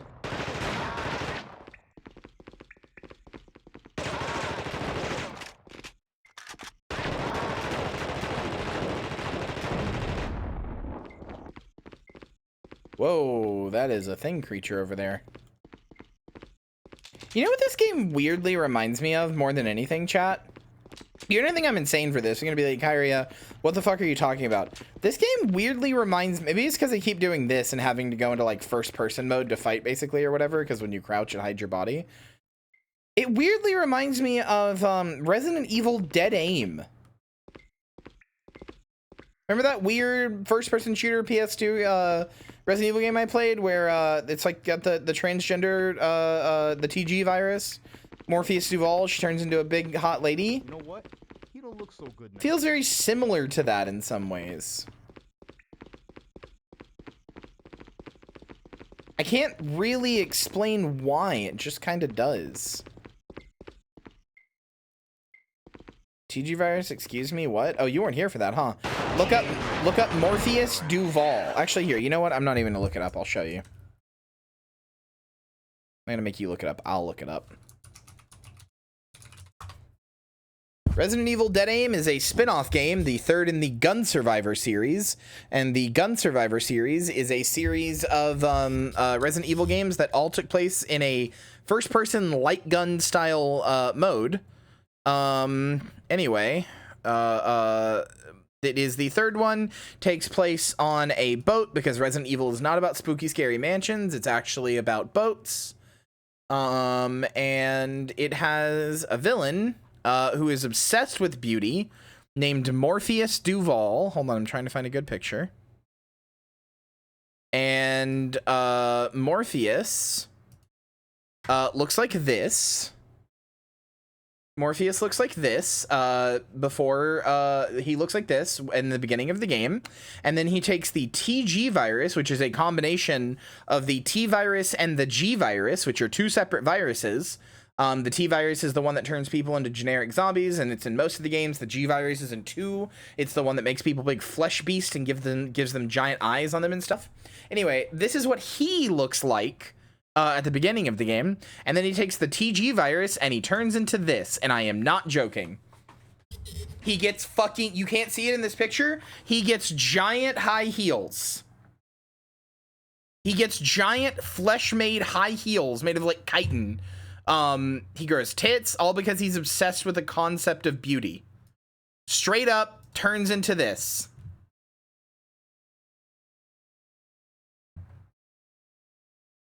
Look at that cunty hip sway. Babe, are you, or babe, why can't you sleep? Me up at 2 a.m. thinking about cunty Morpheus Duval. Like, those are just breasts. Like, they get a female voice actor for him and everything. They don't ever start using she, her pronouns, but, like, they also don't ever really gender Morpheus. They just say Morpheus. They don't really ever, like, gender him. So, yeah. I regret to inform you, though, that by the end, because the whole thing of Resident Evil is always that it's kind of ironic. Sorry, it's not the TG virus, it's the T plus G virus, see? Anyway, I regret to inform you that because Resident Evil's whole thing is that it's kind of ironic, and that people who vie for things usually get them too much. Anyway, by the end, she turns into a giant, like, blob of flesh, that you then shoot in the head, right here. Giant blob of flesh. Now, I ain't got nothing against, big girls, as you know, but, like, I'm gonna admit, giant blob of just amorphous flesh from this, kind of a downgrade. Kind of a downgrade, IMO. Oh, yeah. He's also in Minute to Biohazard Clan Master, whatever this is. But there's these cute little, like, anime portraits of them. So here's before transformation. And then here's the one after. I love this image. I love this image. Oh, yeah, its right arm also shoots lightning.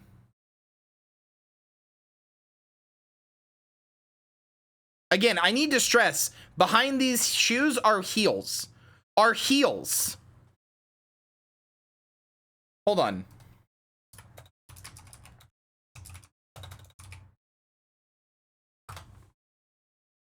Trying to find a picture of the feet. Here's one, kind of.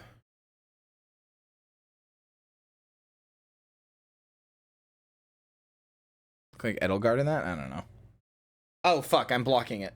See? Right there. See it? See the heels? See the bones that have junted out into heels? Actual heels. Actual unironic heels. Wait, Allie, why are you VIP? Oh, it didn't un-VIP you yesterday, did it? From getting first.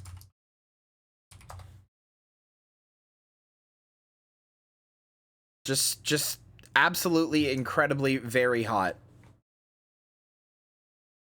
She deserves to be in a better game.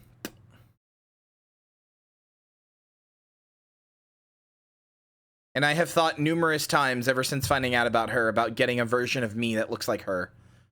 Oh, sorry. No, it's something you did wrong. Just the bot didn't, like, do a thing. It's literally not your fault. It's no big deal. Dead Aim owns? Dead Aim owns, but you and I both know that when I played it, there were some issues. It's a surprising, I will say, Dead Aim is a surprisingly playable game, though. Dead Aim does feel like a pretty modern, surprisingly playable game. It's just not, like, perfect.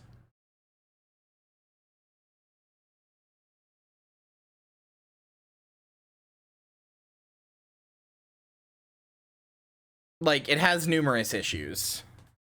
BOW Kyria. Yeah, I've thought about that a lot. I thought about getting a version of my 2D model that is, like, very heavily inspired by Morpheus Duval as, like, a BOW model. Oh, I would agree. It's in the top half of RE games, for sure. Like I said, I think the biggest surprise is how, like, actually highly playable it is.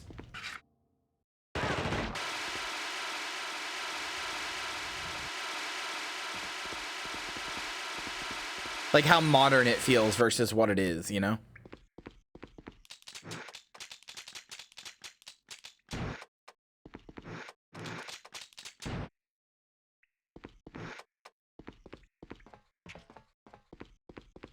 I already wear a heart on the outside, so Tyrant version would be perfect. Yeah, that's what I'm saying. That was actually my thought, was to turn my heart into that. Oh, fuck. Okay, owie. God damn it. That's fine, I can just restart level.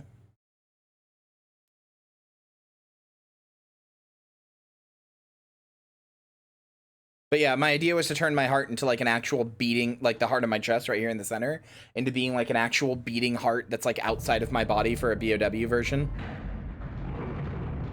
I thought that would be kind of neat.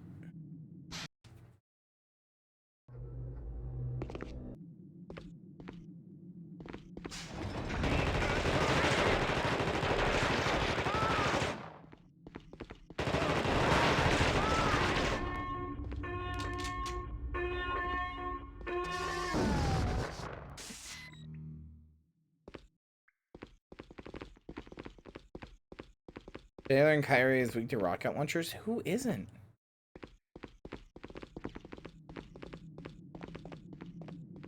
I'm gonna pause it here. Everybody in the world is weak to rocket launchers. Yeah, I got it.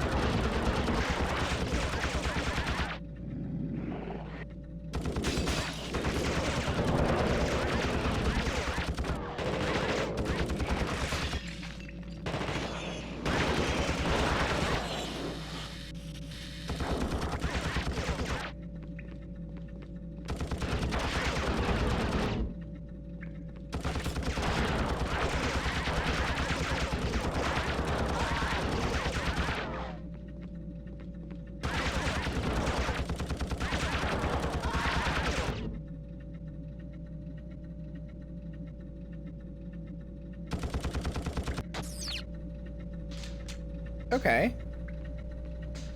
Ah, fuck.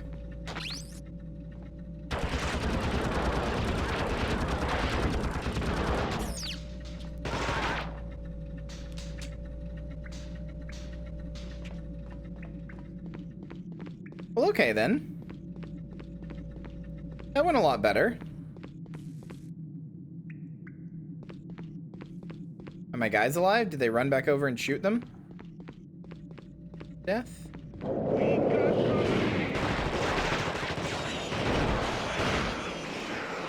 My medic's alive. Let's go.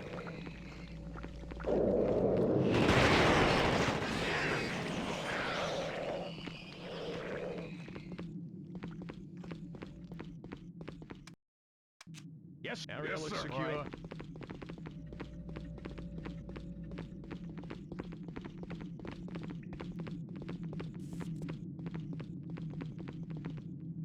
All right. You know what? I don't get it.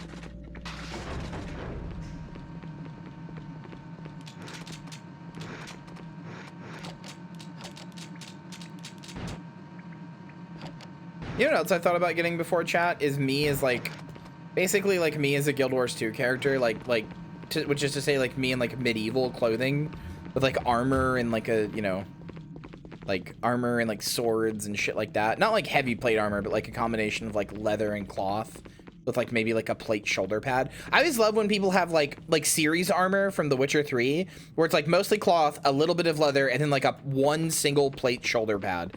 Does not do shit for armor, but it looks so cool. It's peak. When it comes to how it looks, it's peak. Like engineer gear, yeah, or something like that. Tiny zombie Asura. I've thought about that too.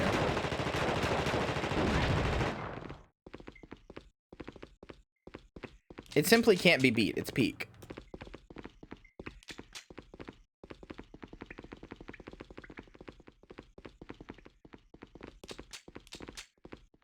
Okay.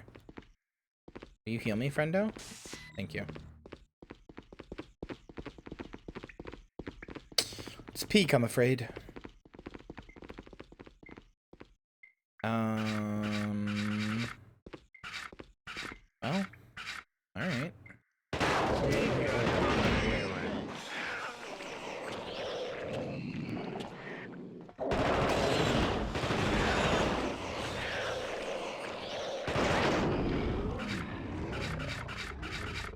Uh-oh. Is there a fire extinguisher in here? No. I need to go grab one from somewhere. I don't remember where I got one before. But I need to grab another one since that area catches on fire.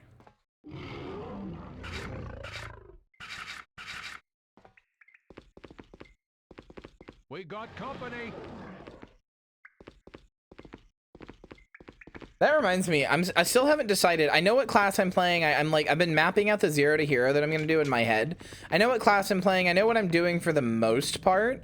You know, I know everything I want to show you guys. I know everything I want to do. The one thing I haven't decided is what race I'm going to play. I don't know if I'm gonna do human or Sylvari. I would love to do Asura, but that's not very representative of the player base, and like, you know, it's fun to try other things. It's fun to play some of the other races. So I haven't decided if I'm going to do human or Sylvari yet. They both have reasons for me to consider them.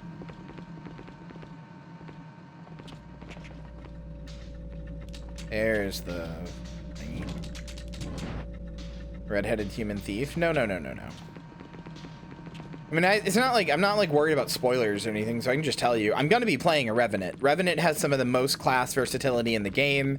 It can be used for so many different builds and so many different things in endgame. It was either going to be Guardian or Revenant, and I'm leaning towards Revenant because not enough people played Revenant because it came out later, so a lot of people already had their character. You know, it came out with Heart of Thorns, so a lot of people had their character that they were already kind of entrenched in and didn't want to move past, and it's like, you know, I can understand that. Like, you're very entrenched in this character. You don't want to make anything else. You know, you don't want to make another character and all that sort of stuff. I get it, but also you are missing out.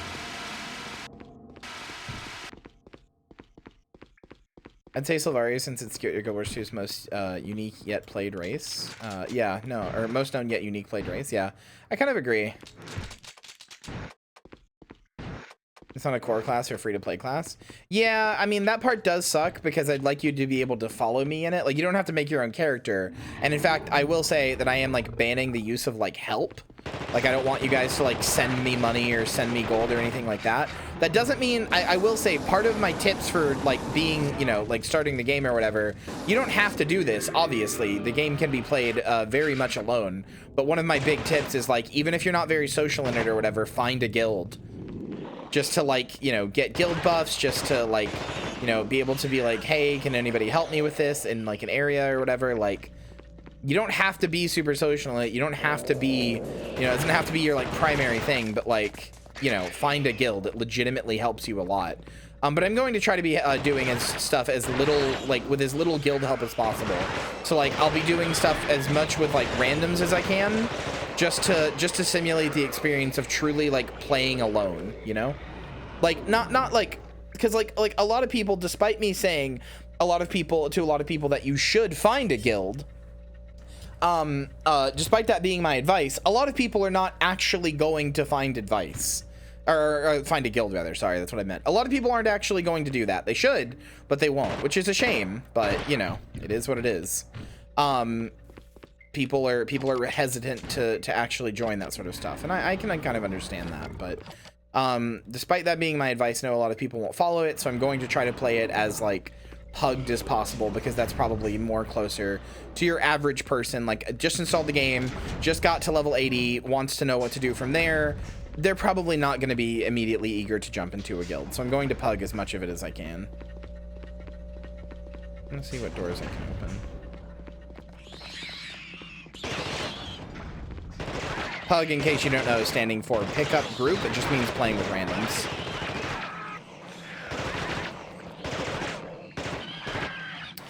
Is this Guild Wars 2 you're talking about? Yes. Because I'm kind of just a Guild Wars 2 streamer at this point. Not really, like, I'm going to stream other things, but it makes me happy, and... Okay. It makes me happy, and I don't really care if it affects my numbers. I want to make content for it. It's a game I'm very passionate about. It's a game that makes me happy. It's a game that I like engaging with and being part of, so I don't really care how much it affects my numbers. I'm just gonna stream it, and I'm gonna stream a lot of it. It's not gonna be the only thing I do. Not getting rid of my other shows or anything like that, but... You know, I'd expect probably in a week, probably 2 or 3 days of Guild Wars, and then, you know, 4 if I'm really feeling it, and then maybe, like, a few days of other stuff.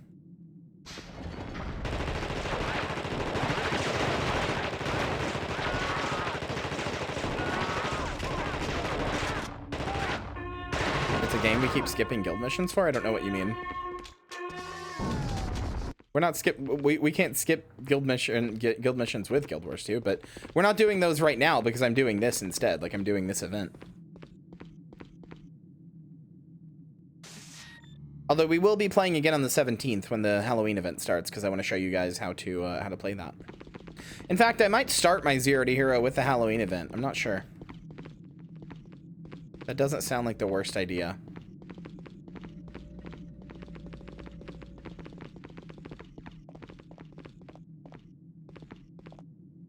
But I probably won't. Yeah, okay. Mainly because the Halloween event is a once-a-year thing, and while you should take advantage of it, the Halloween event kind of provides, like, a ludicrous farm that kind of is, like, insano-pilled, so, like, you know. While I will show you how to take advantage of it, and we will do all the fun stuff together, it's not something that I expect everybody to take advantage of.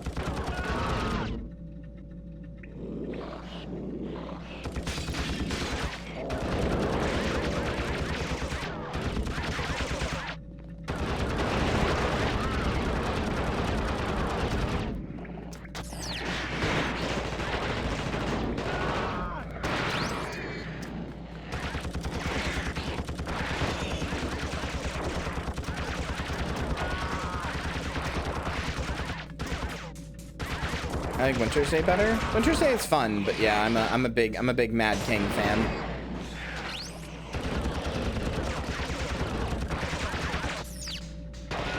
Winter's Day was actually, around Winter's Day is around the first time that I ever really seriously started playing a game. Around the first ever Winter's Day. Like I had an account before that, and I was playing before that, but when I seriously sat down and started like playing the game was around the first ever Winter's Day.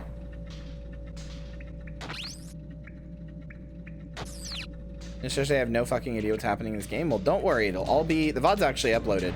Just have to make a thumbnail for it, so it'll all be explained. But yeah, Winter's Day does hold a special place in my heart because of that. Because of me starting around that time. More seriously starting anyway.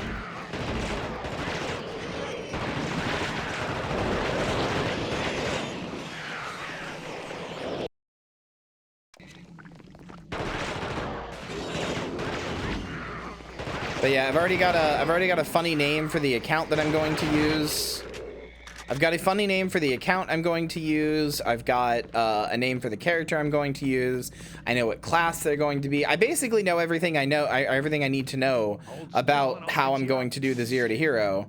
I just need to actually, like, you know, start doing it. All right. Yes, sir. Yes, sir. The only thing I don't know is human or Sylvari. Sylvari is cool. I like Sylvari for a number of reasons. I might just play human though, just because human female is the highest played class combo in the game, or race combo in the game. By the way, fun fact: if you had to guess, I know we're just talking about Guild Wars 2, but like whatever. If you had to guess, chat, if you had to guess, what do you think, without looking it up, because there is a way to look it up, but without looking it up, what is the least played class, race, gender combo? The absolute least played.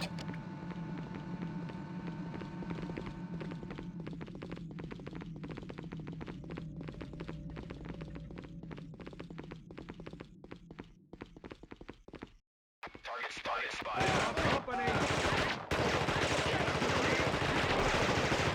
Female char engineer. Well, let some other guesses get in before I reveal it. Male ugly fucker shit class, yeah. Male Asuran Revenant. No, but that's got to be pretty low actually. All right. Excuse me. No, it is female char mesmer, which makes sense to me because mesmers are supposed to be inherently like kind of a sexy class. Like they're supposed to be they're like almost like femme fatale sort of class. And most people do not consider char women to be very sexy, and also you can't dress them up to be sexy to most people. If you're a furry, that's a different story. But it's actually there's actually basically a tie, FYI. It's basically a tie. It's a tie between or almost anyway. It's a tie between female char mesmer and Norn male thief, which also makes sense to me. Norns are big, the males are really big. They're not big tall buff mommies, and thieves are supposed to be like quiet and sneaky. So like I kind of get it.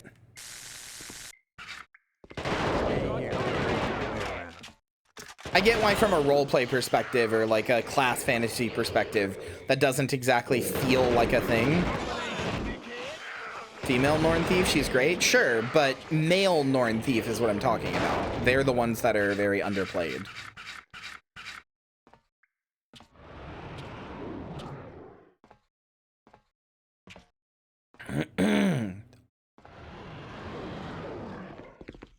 You can find this all out by going to Guild Wars 2 Efficiency. You gonna heal me? No? Okay. Male Norns are sure a bulky brick, yeah. That's what I'm saying. And like, so like you think of like a thief, you want like something small, right? Human females, of course, top the charts as 70% of all accounts play a human female. I regret to inform you.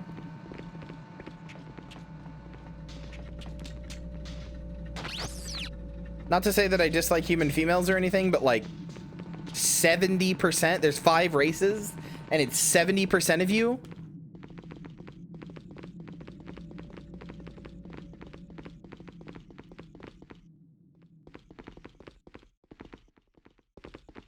Play an Asura.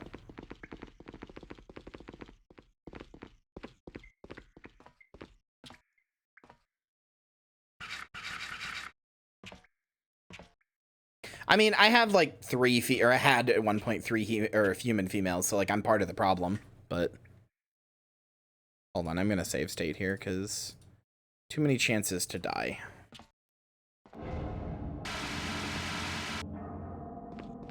Cool.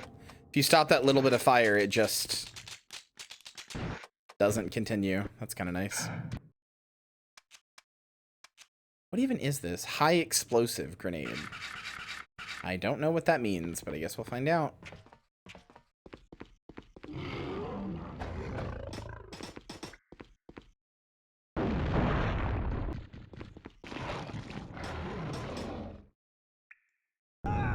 Oh, ow. Okay. Wow. Fucking goddamn it. I didn't expect that to hurt me from all the way over there. Or hurt me for that much, for that matter.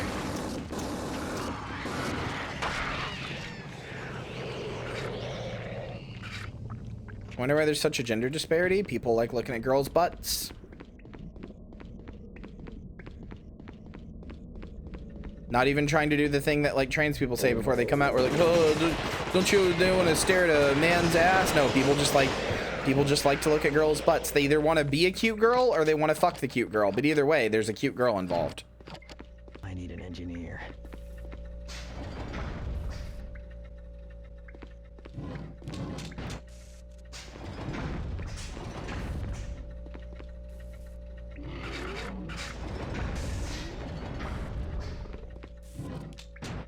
Oh, cool. This seems to be infinite. Nice. Why can't they be both? I mean, they can be, but I'm saying like that's the reason. You asked me.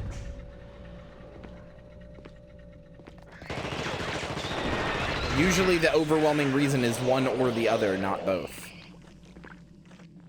Most people do not go as far as to make a character they want to fuck. They just make a character they think looks cool.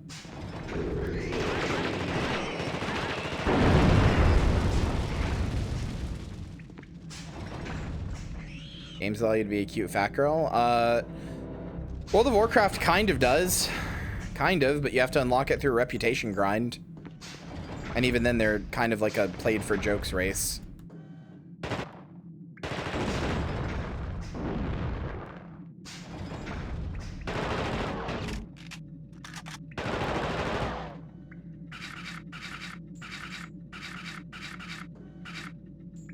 Okay. You guys gonna jump down, or?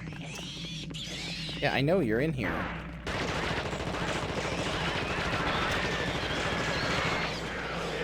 Which race? The Colterons. Don't have to grind to unlock them now? Oh, do you not? Okay, well that's nice. At least. At least they did something right. MMO that lets me play as a girl who is more jacked than all the guys and has a bigger dick than them. Yeah, that's Guild Wars 2. That's Norn. That's what you're talking about. They're expansion based? They might not be anymore. I know I forgot that they overhauled the starting system so you can play as like any race now and you start on like an island. They decided to homogenize their game so that everybody has the exact same start, which is pretty cool. And by pretty cool, I mean insanely boring. Not to be too much of a hater, but I really despise that like everybody used to have a cool, interesting start in their own racial area, and you got to learn about like the history of the people. If you were an orc, you got to like, you know, wasn't like that exciting, but you got to, you know, do orc stuff in Orgrimmar Valley. You know, if you were an undead, you got to go through your like process of like becoming undead and all this other kind of stuff. And now you just start on an island. Now everything just starts on an island. Everybody just starts on this little island that teaches you how to play the game. This about WoW? Yes. Stark did the same thing? Cool. Like, the island is a cool concept, but, like, I feel like, I don't know. You should do the island. I mean, maybe this is what happens, but I feel like you should do the island and then get dropped off in your original questing starter zone. Still pick them at least once you finish it once? Well, that's nice at least. Steampunk starting Goblin area gone. Yep.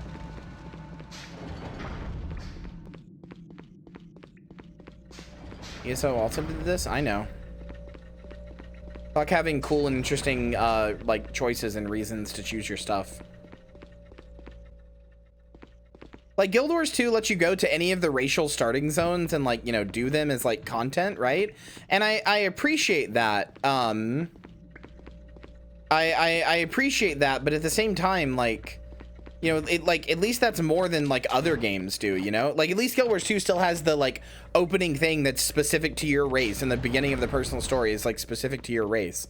Like I'm not trying to fucking suck Guild Wars 2's dick here, but like, you know, it just, to me that feels a lot better, personally speaking, that it actually like, it's like, oh yeah, no, that cool thing where like you got to, you know, start in like a zone specific to you and all that. Yeah, we actually kept that. We decided that was a good thing. It fucking is.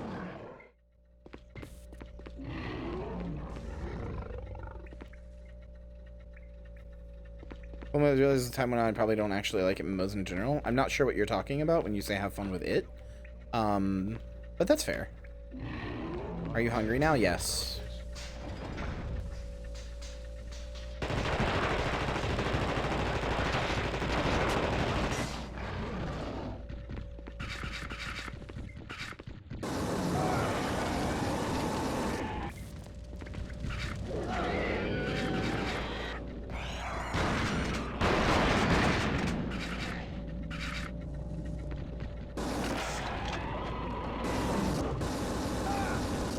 There just shouldn't be a reason or a way to unequip your gun in this.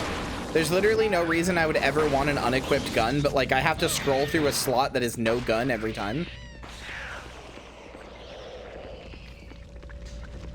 I don't know, man. Am I the weird one here for like thinking that like WoW and like Tutorial Island and all that other kind of stuff in RuneScape, for thinking that stuff kind of sucks? Like, something I love about Guild Wars 2 and something I really liked about WoW is that like you feel connected to the race you pick.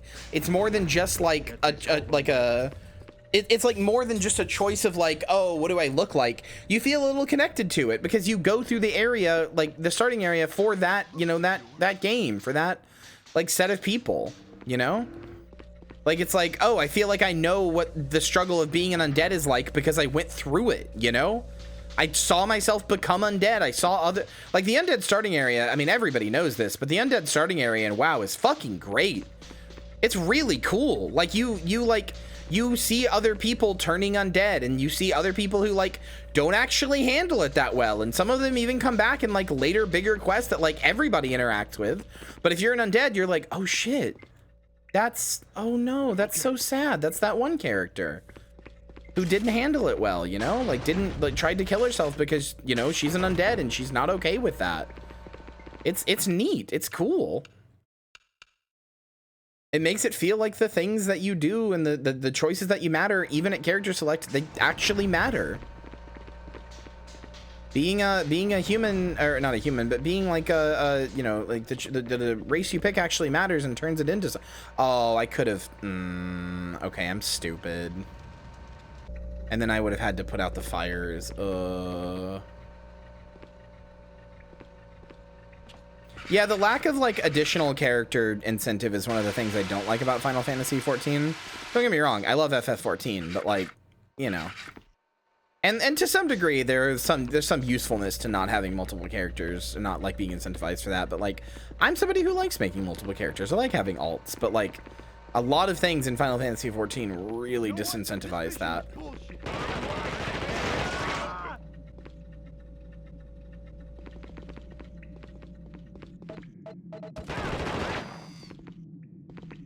I don't know. I don't like having to regrind generally. I mean, I don't either, but you know. Cool. Well, maybe if he had fucking moved. Okay, well now I gotta go all the way over here. God damn it.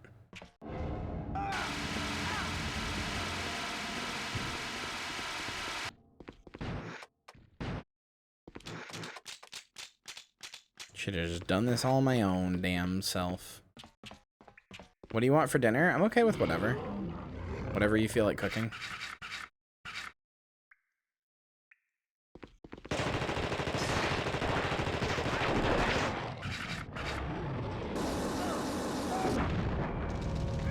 What fucking kill? Okay. I don't know what killed me there.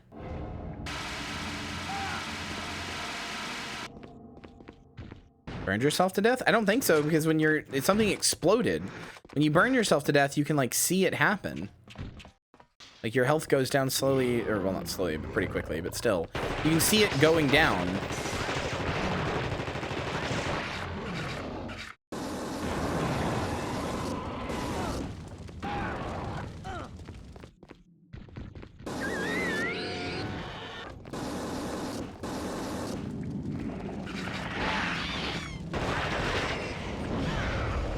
Something exploded over there.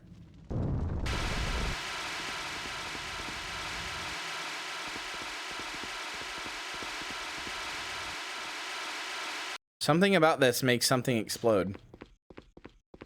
No, something like in here explodes. I don't know what it is, but whatever. It's fine. I can do this better now that I know what I'm doing a little bit better.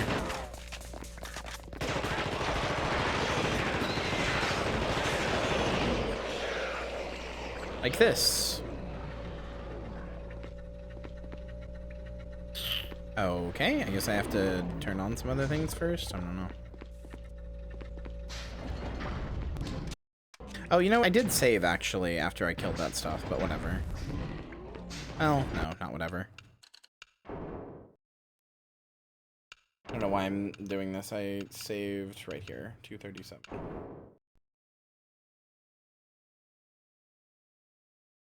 Forgot I saved.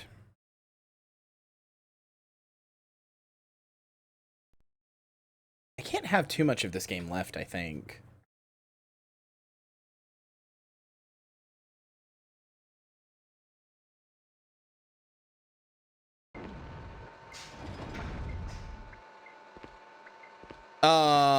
Okay, that was weird. My guy was just not animating for a second. What is this? 4? Yeah, okay, I can do 4.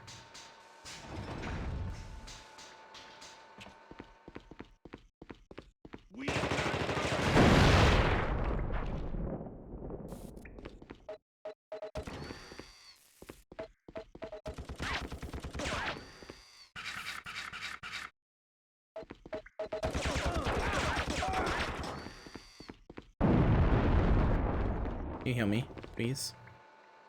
Thank you. All right.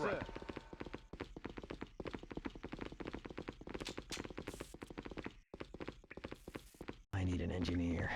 Engineer, fix it. Okay. Yeah, I think I'm honestly pretty impressed with this game. I think this game is like not one of the PS2 like greats, you know? I would say there are better PS2 survival horror games for sure. You know, I mean, fuck's sake, Silent Hill 2 is on the PS2. You know, you compare this to something like Silent Hill 2 on the same console, it's like night and day, right? This even kind of looks like much worse than Silent Hill 2, but like, no, and she's not dead.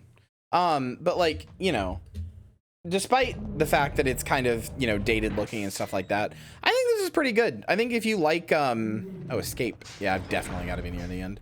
I think if you like survival horror games, I think this is definitely one like worth playing. It's like worth your time, you know?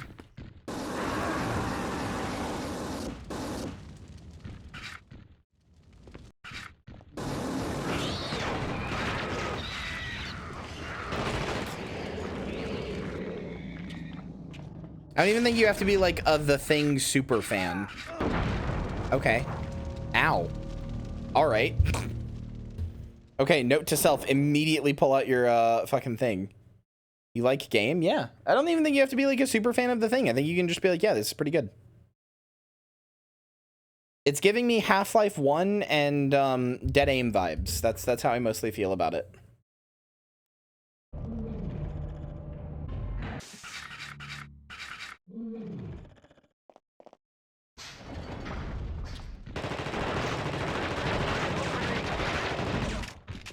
My only complaint I would really say, you know, aside from the combat being kind of bad, is I think visually the game is just a little, it looks a lot like, this looks a lot closer to like a PS1 game than like a PS2 game, you know?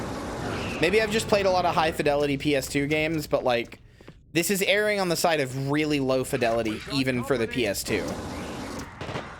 Like, you know, again, look at like Silent Hill 2, Silent Hill 3, Silent Hill 4. Those are all the PS2 as well, you know?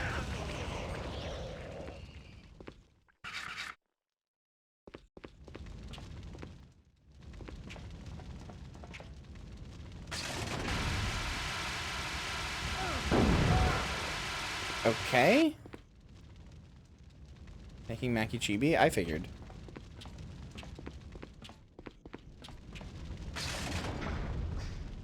Is there even any point to turn this on or open this?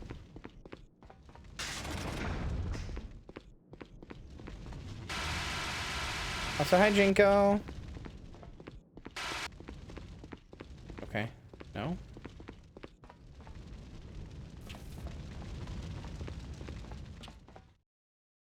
Where the hell? No! Fisk! Fisk, where did you go? Oh no, he's gone. Yes, sir. I don't even know what happened. I don't even know if he came in with us, actually. Did he get left behind in the level transition? The elevator just eats people? I'm thinking that's might have been what happened. I'm glad I didn't eat my medic. Or not my medic, my engineer. Since I need him. No! Fall check, why? I trusted you!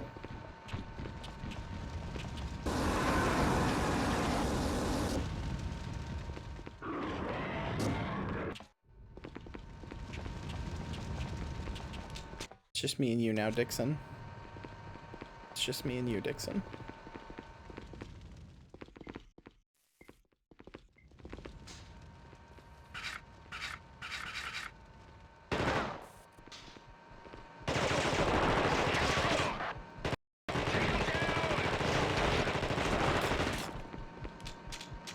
Okay.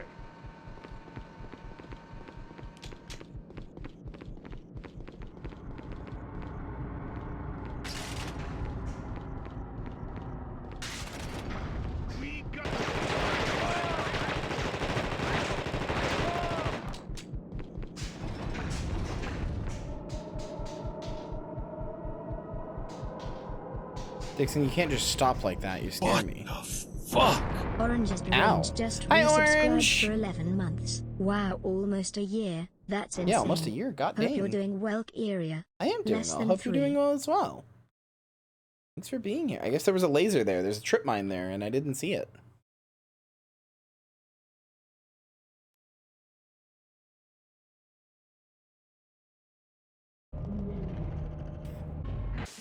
Yeah, he's just gone. Fisk just didn't make it.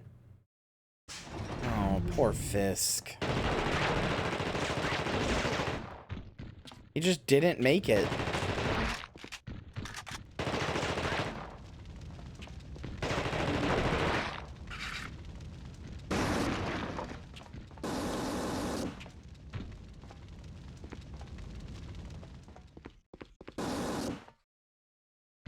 Wait.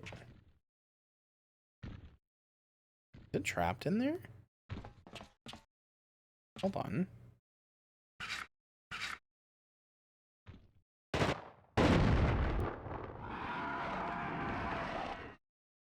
Fucking kidding me?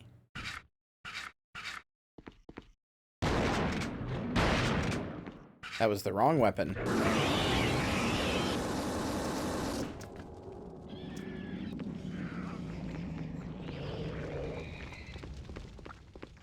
Elevator eating people is one of my annoyances with the game. Yeah, that's fair. Okay. Okay. Okay. Fix it. Pick it. And then... This should help. Thanks, friend. Thanks for your final heal. Thanks for your final heal, friend. Goodbye, sweet summer child.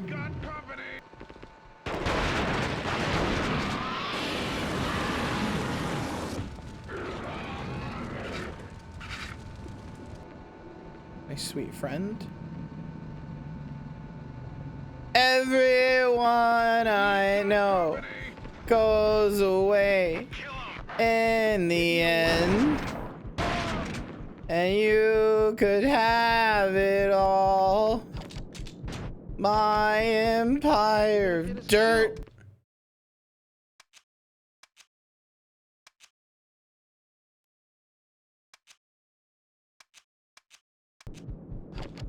Hope you're all right.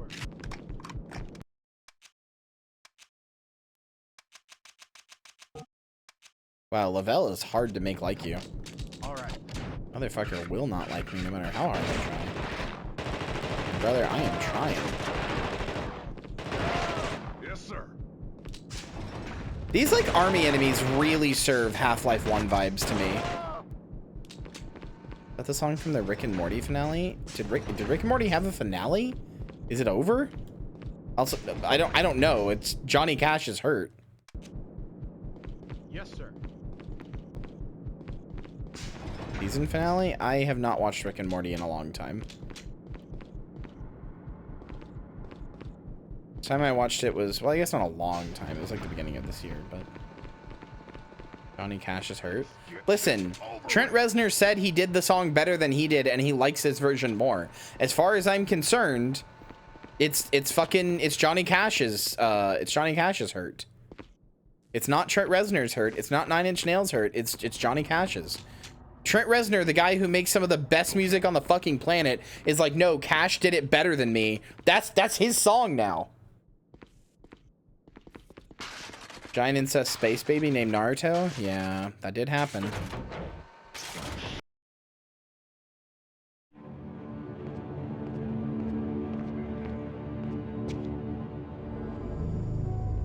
Hi, medic. You're in bad shape, soldier. What happened? Whitley. He tried to gun me down, but he didn't quite finish the job.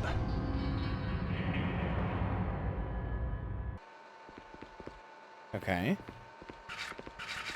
Well, I've got a med kit for you. If you'd like to come along with us, Temple.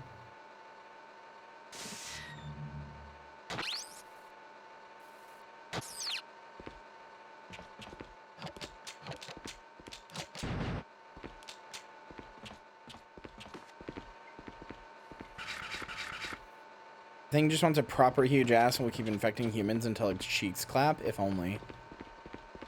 Wait, I heard it beeping. Is there a save thing in here?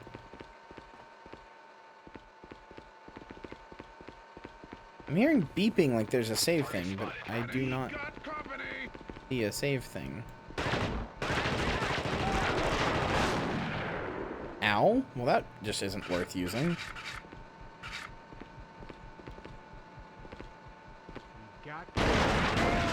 Goodbye.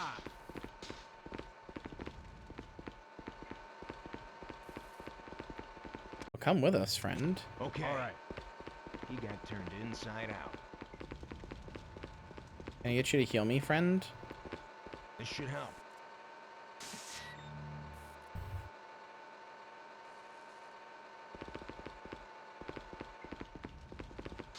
Who goes there? Aha! I get it.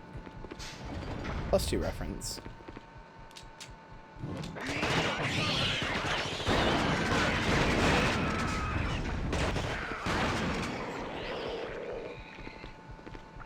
The original short story, or I don't know if it's a short story, but the original story for the thing was called Who Goes There?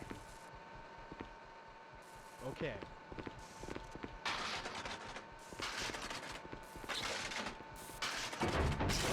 There is in fact a save box right here. The fact that the save, that like they don't let you reload the save from death makes me think that like there originally wasn't going to be a save system. Or like maybe it was going to be passwords or something.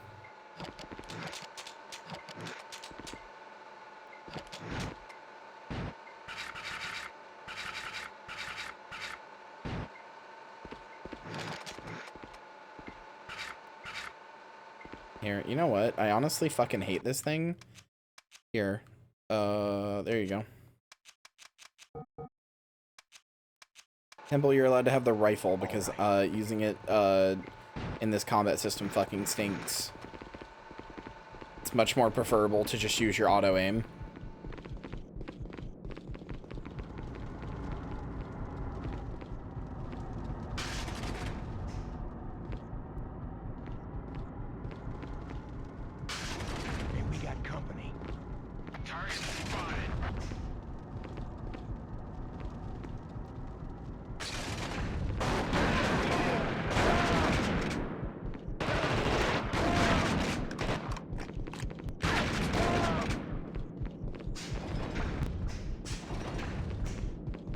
I'm not actually sure where I'm going, if I'm being honest with you. Got company.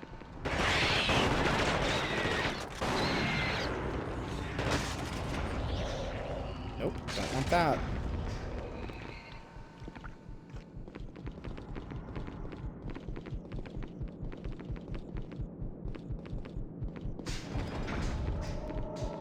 Okay, so is there a laser? Yep, there sure is. Wow. Some serious Half-Life 1 vibes from that. My god. It's just a scratch.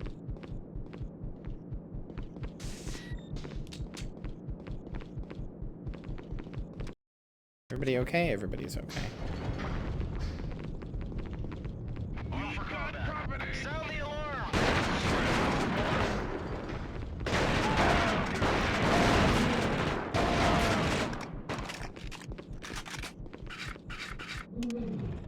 Turn on a damn light so we can see something. Oh, hi. Hi, thing, flesh beast. Ow.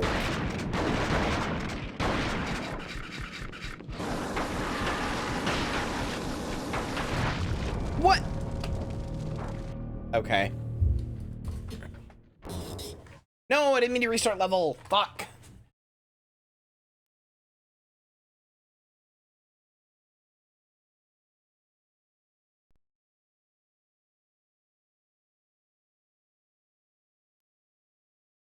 Oh, the Nine Inch Nails, they made the band from Twin Peaks Season 3, Episode 8 into a real thing? Is that where they get their name from? I don't know, I haven't seen Twin Peaks. I should watch Twin Peaks. I fucking know for a fact I would love it, but...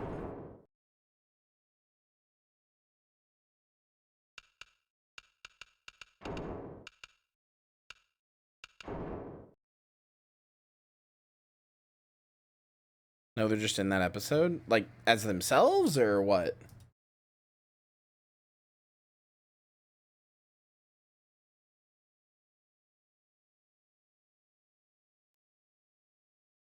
Huh.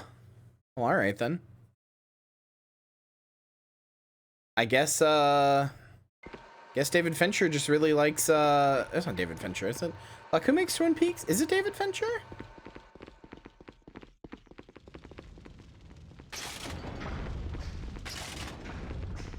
David Lynch. I was like, I know that doesn't sound right, but I know it's David something. That's the only David I can think of. And I cannot stress this enough, the greatest TV show or episode of TV ever made. Well, I mean, it's Twin Peaks, so how good can it really be? It's Twin Peaks, so jot that down. You know, it's already kind of... no, I'm kidding. I have no problems with Twin Peaks. I just want to be mean.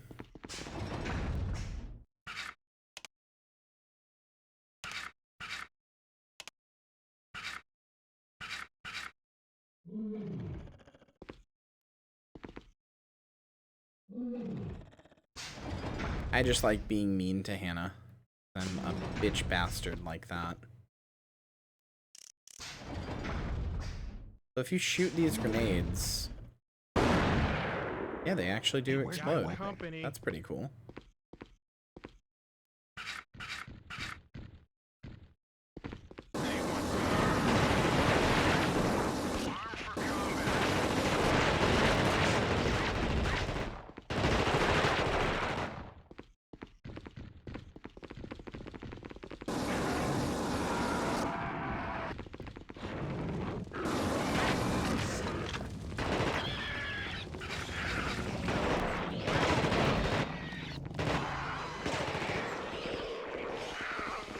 You know, I'm thinking, I wonder what I consider the greatest episode of TV ever made. I'm not sure I know.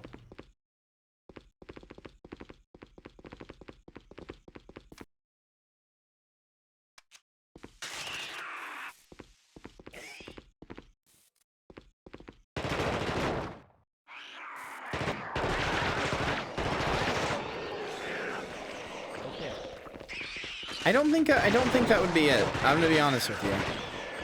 I don't know that I ever really consider a single episode to be good in something, whereas I usually consider the series to be good. God damn it. It literally stood in front of me.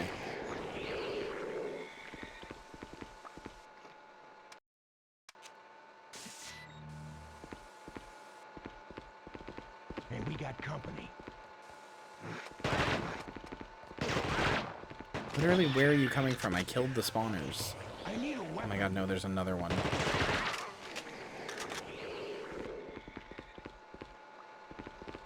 Okay.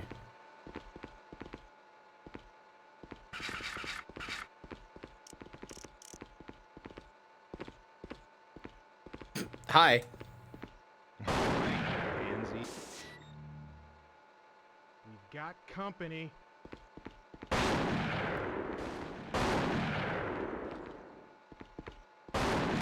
Jesus, you can see their teeth when you do that. Oh my god.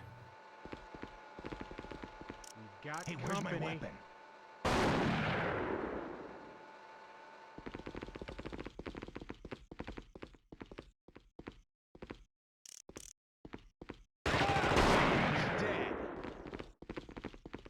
Okay.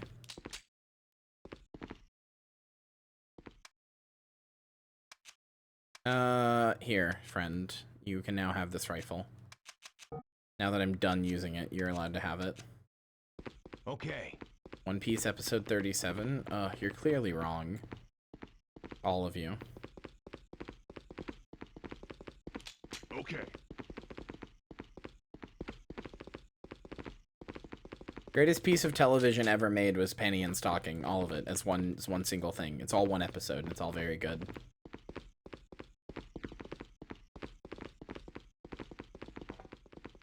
Breaking Bad Fly episode, Ride or Die.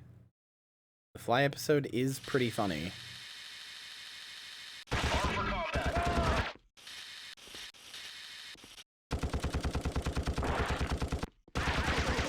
think if I blow this...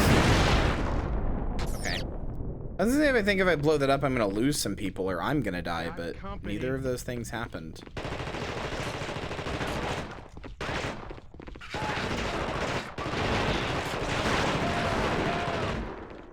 Okay, medic man, could you heal me, please?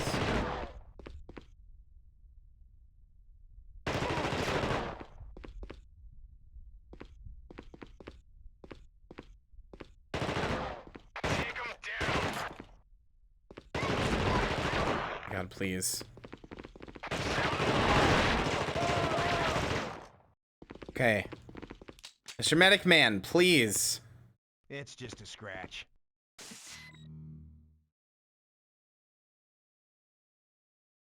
The of Twin Peaks: The Return is like a movie inside a season of television that itself is basically more than an 18-hour-long movie.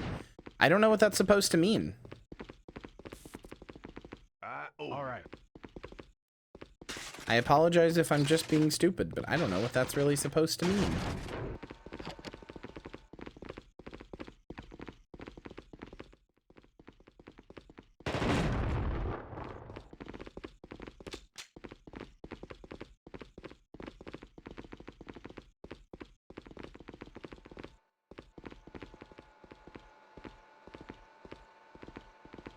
Just do it.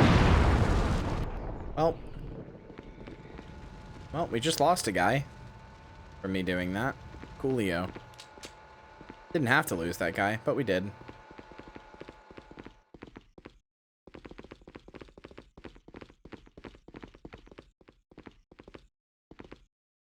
Twin Peaks makes me feel stupid all the time. See, people say stuff like that, and then I'm like, I don't know if I want to watch Twin Peaks. I like media that is confusing and esoteric and sure and weird and stuff. Sure, I love Lynchian media. It's also weird that we just have Lynchian as a... Okay, well, we can just replace our guy immediately. It's weird that we have Lynchian as a term when, like, David Lynch is still alive. Usually terms like that for people only get made after they die, so it's just kind of funny to me. It's like, oh yeah, he's still around, but also he's just a whole subgenre of, like... This is the water, and this is the well. Drink full and descend. The horse is the white of the eyes and dark within. Uh-oh. Okay, there we go. I could not move. I was stuck. That was scary.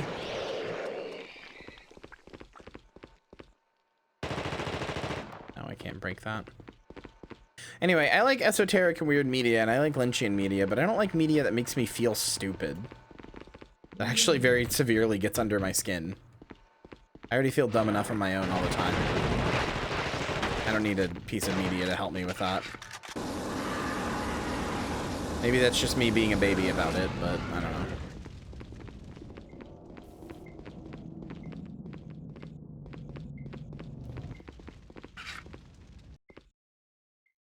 Something I missed or didn't consider. I mean, that's fair. That's more my speed.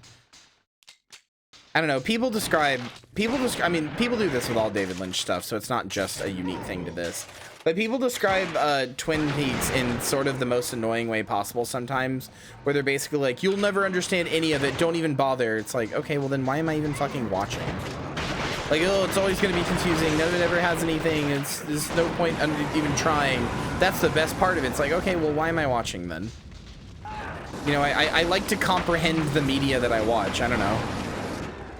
Do I have to fully comprehend it? Can it have unknowable stuff? Sure, that's fine. But like, generally speaking, I like to comprehend the media that I watch.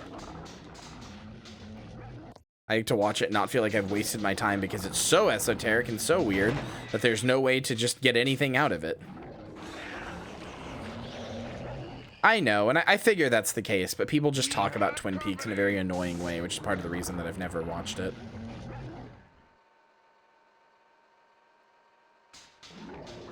Hold still and I'll fix you out. I think it's the Dark Souls effect. It is a little bit. Like I said, I'm being a little bit of a baby about it. You know, it's just people being annoying, but...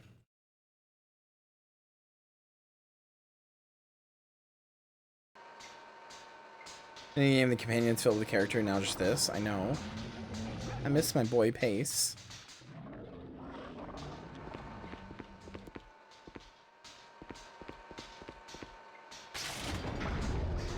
Oh my good god.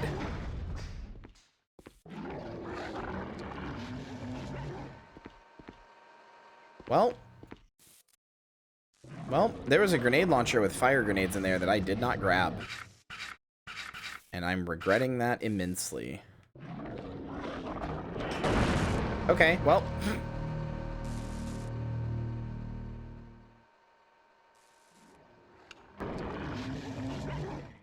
I got pasted.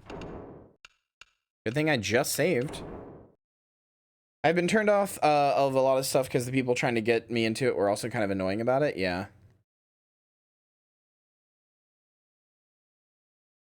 Get Kyrie fan art standing before Pace's grave. I think that would be very funny. I mean, do you guys get what I'm saying about like people can be annoying about Twin Peaks? I'm not saying there's anything wrong with Twin Peaks or that even if you like it, you are annoying about Twin Peaks.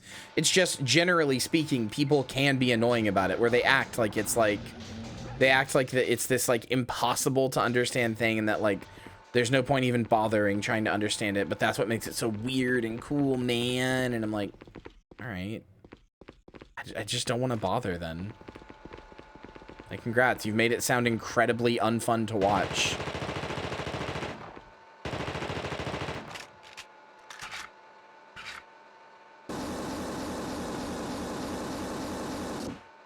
Hello?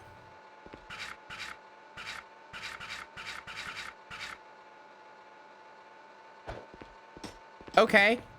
Turns out arcing up your throw. Okay, cool. That's what you had to do. Turns up arcing up your throw does not make that work. Okay. You wouldn't get anyway, climbs up into my high horse. No, but like, if you were one of these people, Hannah, you would be saying, I also don't get it, but I'm enlightened, and that's okay.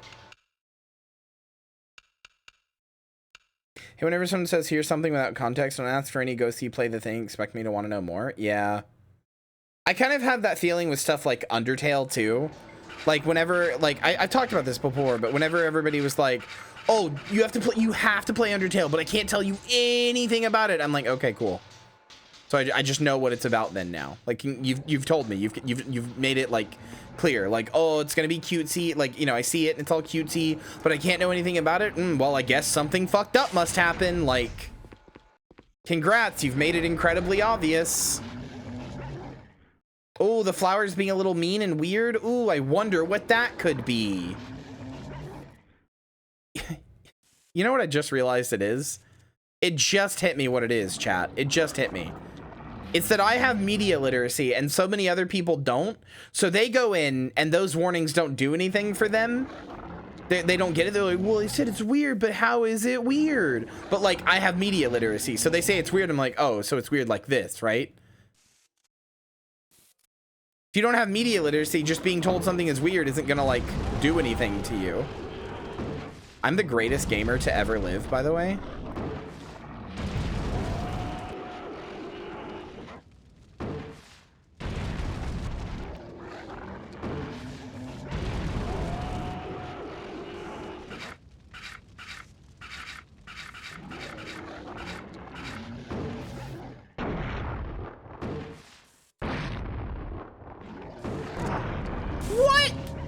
Are you fucking kidding me? What happened?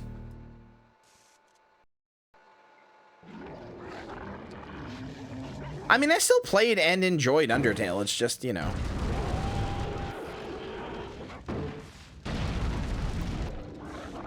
The common effect of like, oh, the fans are kind of annoying about this game.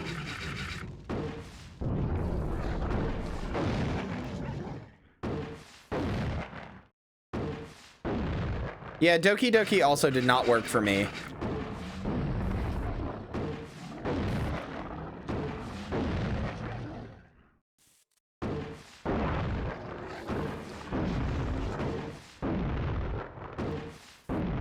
I think this is hitting this? I can't honestly tell.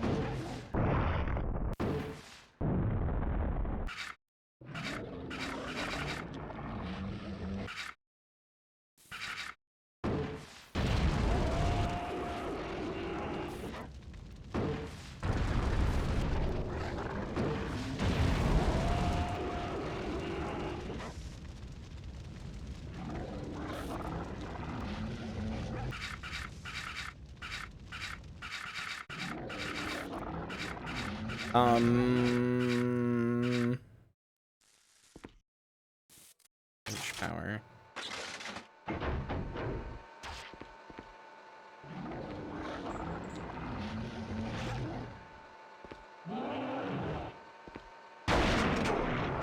What if I just...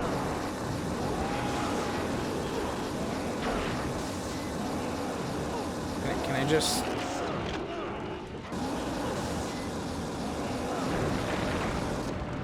I sure can. Okay. Cool. Weird. I can just sit there and tank it by healing myself while I'm doing it. Okay. I feel like there's probably... Oh, I see. I could have shocked the shit out of it. Though that was another way I could have done it. Okay. And not wasted as much ammo, I guess.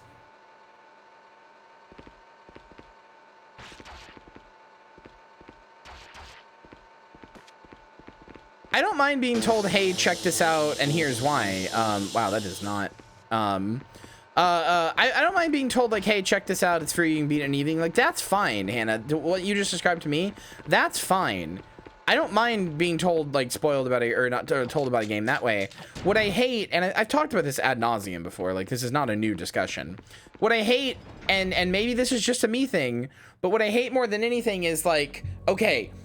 you have to play this game, and you have to play it this way. Don't look anything up. Don't do this. Don't do that. And it's like, okay, you are spoiling the game for me. I'm not stupid. I know what this means. Oh, don't look anything up. Okay, I get it. Like you're like, if you're doing it, if you're doing this, like, oh, you have to experience it exactly this way. Like, don't like. Ultimately, my problem with stuff like this is I don't want to be trained on how to play your game. You know what I mean? I don't want to be trained like a fucking dog on how to play your game. I want to just experience it the way I experience it. And if that's different from you, that's okay. But I don't want to be like fucking sat down and be like, okay, you have to play it exactly this way.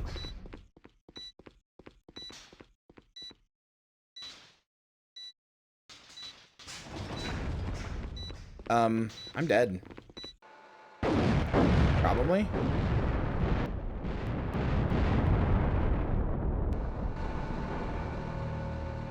You are dead. Yep. I'm not really sure how to get out of that. Also, I didn't do this, so I guess I'll redo this. About DDLT. It's about people being like, ooh, you have to play it in this specific way in general.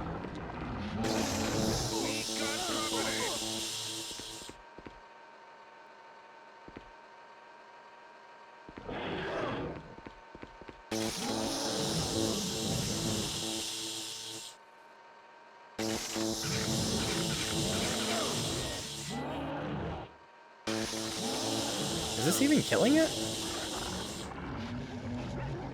It's certainly killing my fucking... It doesn't seem to be.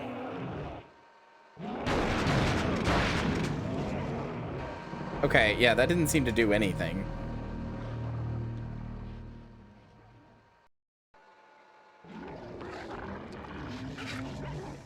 It was stunning it? Maybe? Might have been.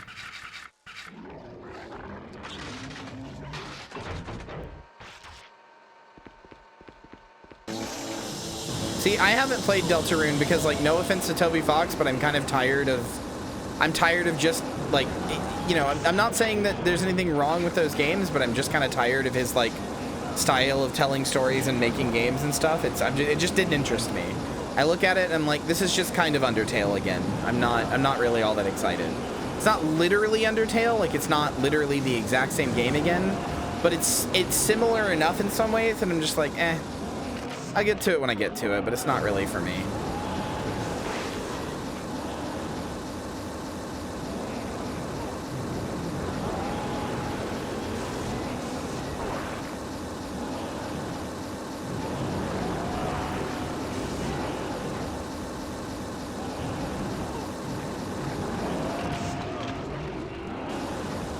Are you kidding me? What? Was that... What?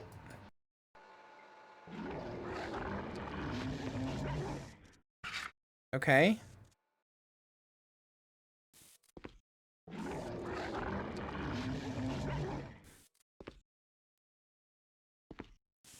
What the fuck am I doing? Why am I, like, jutting to the side?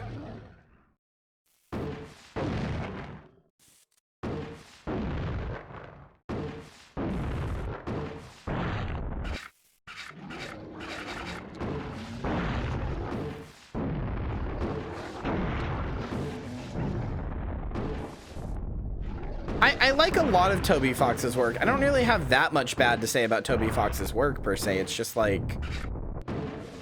I'm just not interested in playing Undertale again. And that's what Deltarune feels like to me. And I'm not saying that's literally what it is, but it feels like it enough that I'm just not... I'm not interested. No, I played a little bit of it, and I was just kind of like, eh. Thank you. I have no idea what this is. Jujutsu Kaisen, I think? I don't know. I think that's Jujutsu. I'm pretty sure it is. Hold on, let me double check. Yeah, that's Jujutsu Kaisen. Is it? Oh. Okay. This is the character that I love that you haven't met yet. Oh. Okay. I won't tell you anything else about him. I really love him. He's the... Oh, okay. So I'm not allowed to know anything about the character. Oh, fuck off. You just don't want me to tell you anything. I know you. I love you. Yeah, I love you too. Jujutsu Kaisen. Yeah, it was on my it was on massage my shoulders. It was on my second monitor on Tumblr. Like I just had my Tumblr open and that's where it was. It's not Gojo. Is it Gojo? No, I don't know his name. I actually don't know his name because I haven't watched that much Jujutsu Kaisen. It's just all I know about the guy is that he is the he's the guy who's like blonde hair. He's got like really short blonde hair and he's like a work salary man guy. I don't know what his name is. Anime? I don't know. I don't know what his name is. I just know he owns. I watched like the first couple episodes of Jujutsu Kaisen with my girlfriend like a month ago, and then my girlfriend hasn't been in the mood to watch shonen anime since. I would explain more when he does, but I don't want to spoil in. Okay. Yeah, the guy who's like, I will only do my 9 to 5. If you try to get me to do anything other than my 9 to 5, I will fucking kill everybody in this building. If you ask me to kill a demon at 5:01, that's it. I'm out. It's your own problem. Love that guy. He's great. I just love that attitude where he's like, I am out at 5 o'clock. If you ask me to do anything at 5:01, go fuck yourself, die in hell. The whole place is gonna blow. I don't know where I'm supposed to go to get out.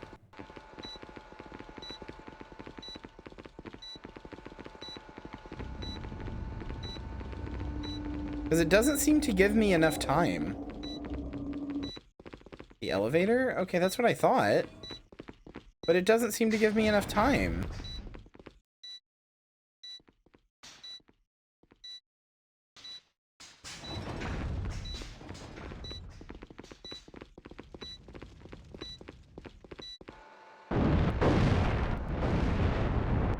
You went too far? What? All F4 should get you out of there quick. I'm not dumb, silly. What's the elevator?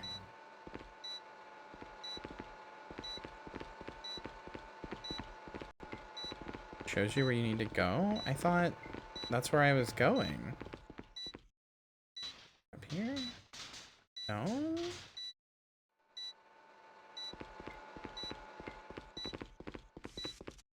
Elevator in here. I thought I saw where to go. That scene got cut? No. I saw it. It showed the, like, save point. I guess I just thought it was a different area. Well, now I've got to reset.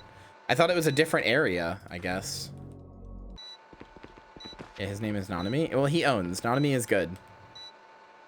Nanami is incredibly funny. I just love the concept of the character. I didn't really see much past that. I watched, like, a good bit of JJK, but I, like, remember almost none of it. It kind of just flew by me. Oh, here it is.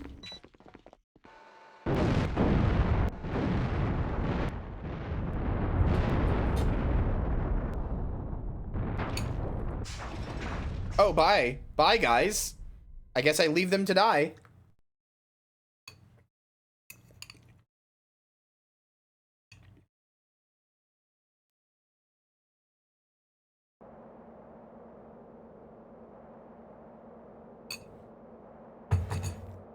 Yeah, they're dead.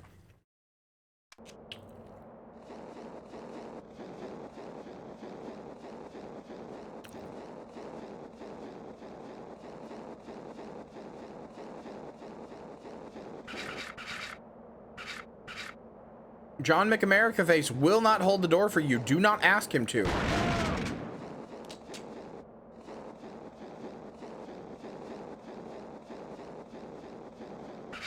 It is actually a federal felony to ask him to hold the door for you. That also means I lost my weapons that I had given them, including the rifle. Which sucks a little bit, but oh well, I guess. Yeah, he won't even consider it. You be there when it's time to leave, or you die. That's it. That's your options.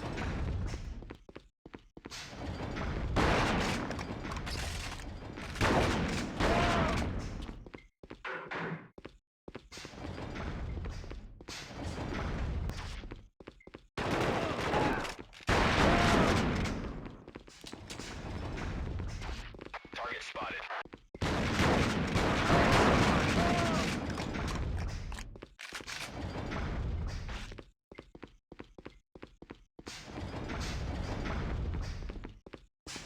Armed for combat.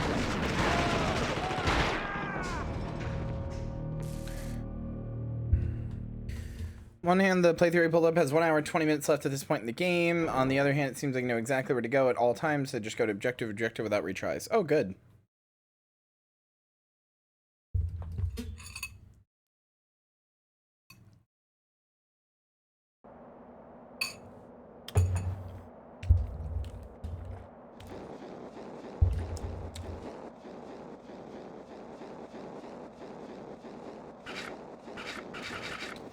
I like how we know his name is Blake and we won't call him that. You might have to go a little late. Nope. I have to beat this in the next hour. I'm ending a little early tonight. I have things to do.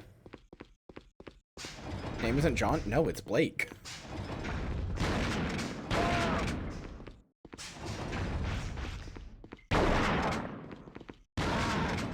I'm ending this in an hour from now at 9 p.m. because I have a VR party to go to.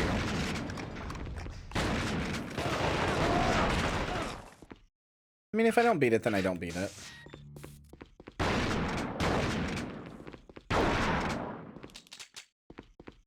Thought you was fucking? No. I was invited to a friend's VR chat birthday party, and I haven't ever really got a chance to hang, like, it's a new friend who I haven't got a chance to hang out with, so I would like to do so.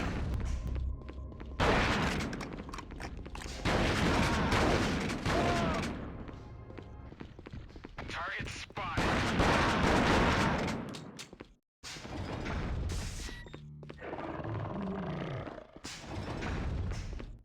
Sound alarm.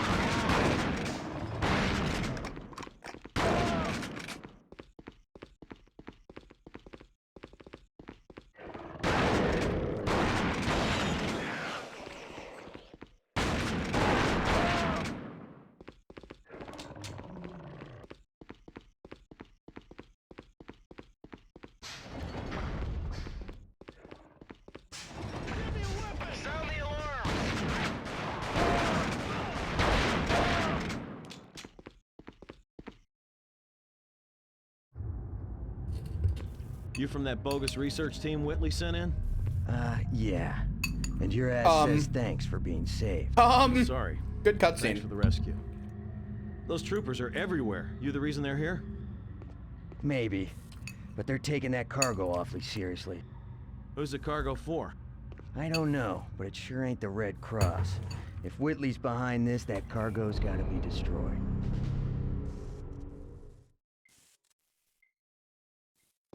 Bye, Vala. Thanks for being here.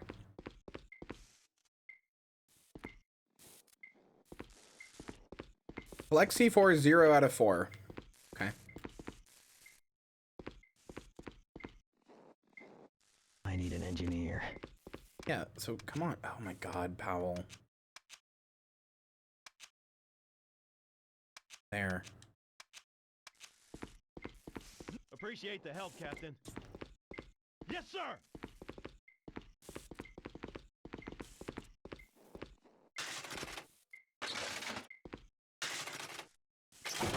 Not the one I meant for you to fix. I meant for you to fix this one.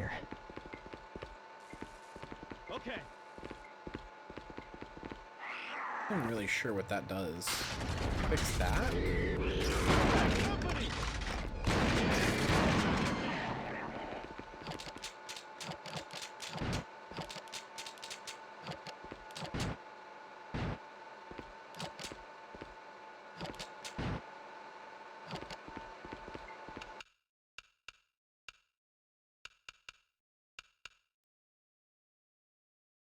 I just don't know how we could have more than an hour left on this game. It seems like we are right at the end. Like, I believe you, but I struggle. Yes, sir!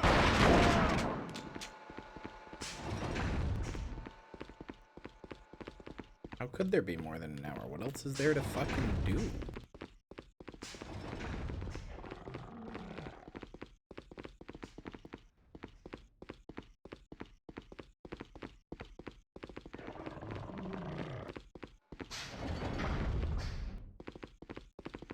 This is true. This is true.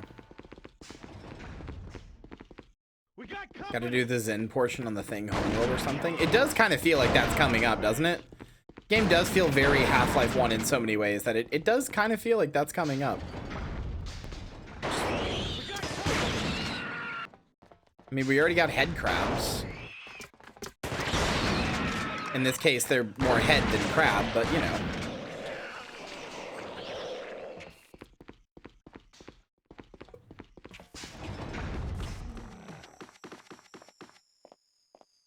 Okay. I need an engineer. All right.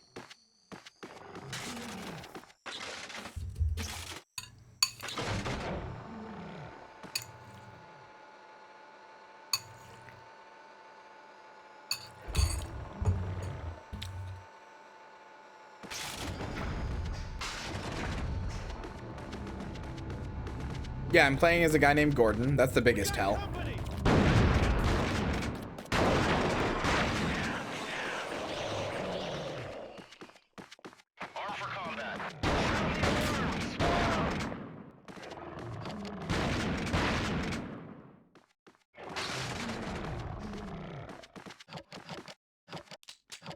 If it wasn't for the part where I play as a guy named Gordon, I'd be like, haha, what a funny coinky dink, but yet, here we are. We got company. I love the phrase coinky dink. That is a phrase for toddlers exclusively. And that's what makes it funny. I will say, I don't mind the human enemies or anything. I'm not like, oh, game ruined or whatever, but it has lost a little bit of its charm being like, you know, now like a bunch of human enemies and like not thing creatures like this. It's lost a smidgen of its charm.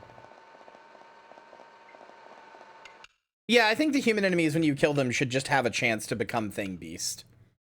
But that hasn't happened yet, so...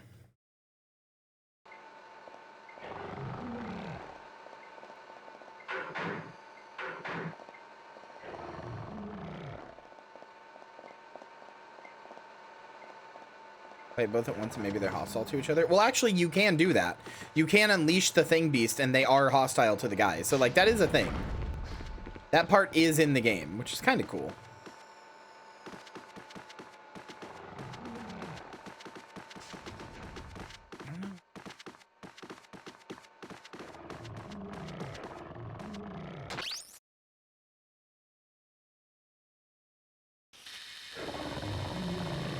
Oh, there are keys right there. Of course there are.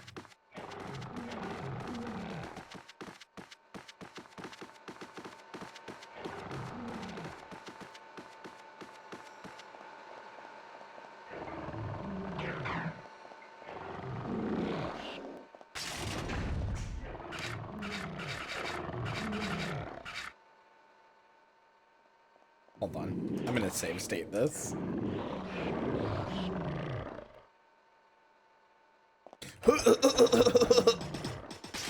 Get out of there, John Halo! Well, it didn't kill him.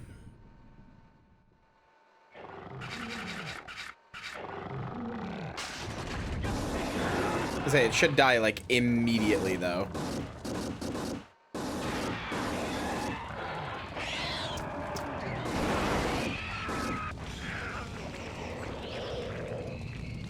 Yeah, that did go better than expected. I 100% expected to die there.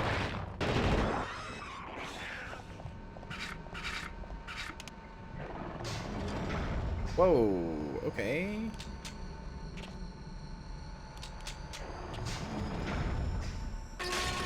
Oh, there's the C4. Plant C4 on cargo planes.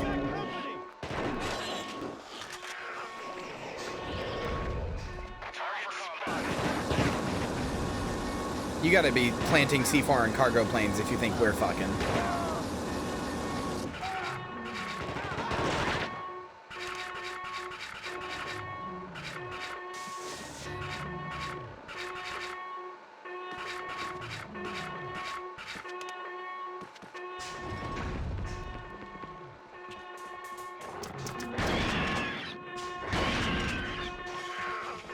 John McAmerica's ass be like.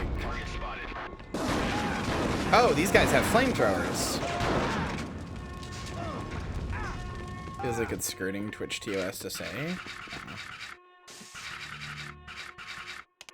I've definitely said worse.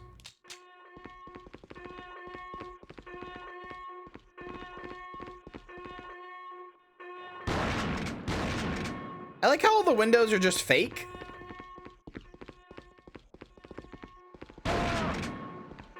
Good job, dipshit.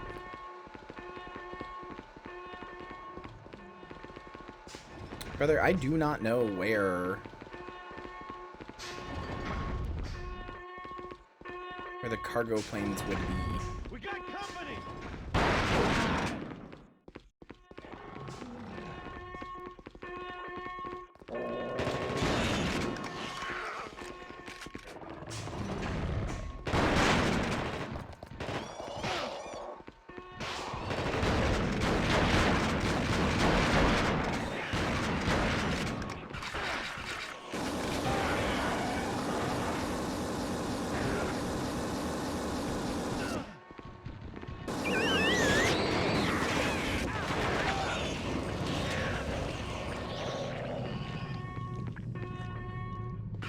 New model is my first time seeing it. It's cute. Thank you.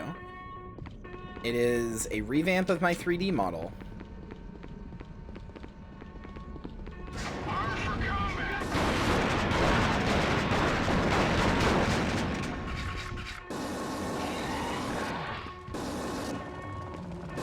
Which reminds me, I actually need to get it uploaded to VR chat.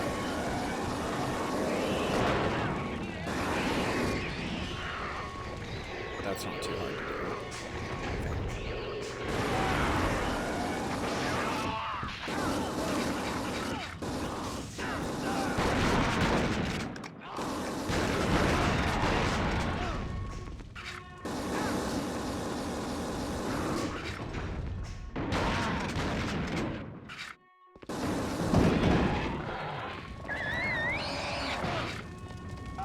Friend, get up.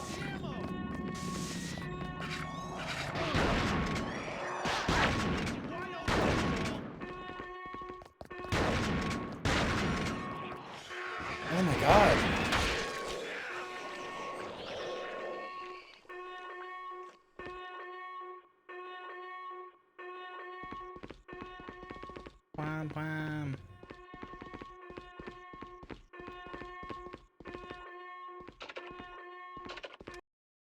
Station staff announcement for evacuation stock of C4.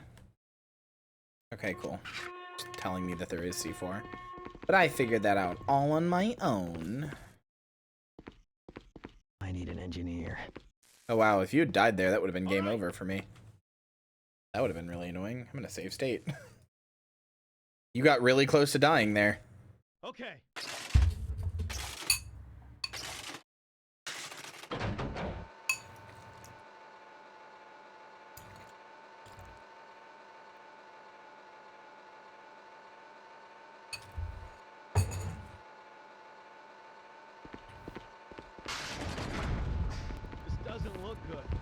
I need an engineer. All right. Oh my god. Okay. That's a little metal, I will say.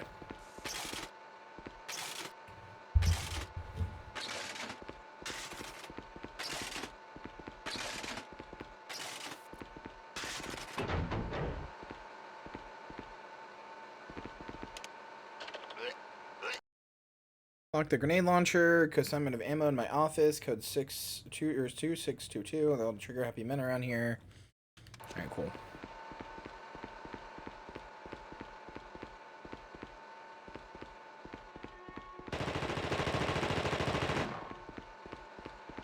What the hell are you shooting at, brother?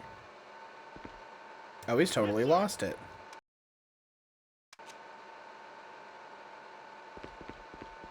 Well, brother, we can't get you out of here unless you, come out of here. So come on. Come on, friend. I'm gonna push your little orb out of here. You're gonna be okay. I can't believe that worked. Holy shit.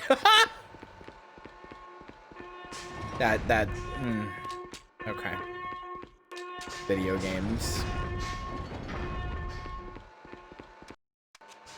All right.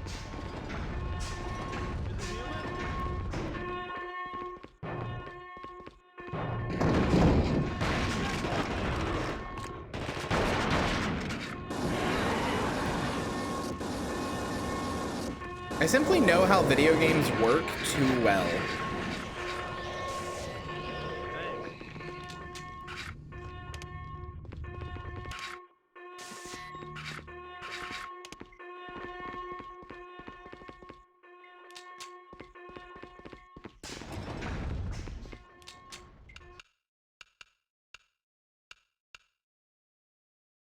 I like know the language of video games too well and their programming and shit.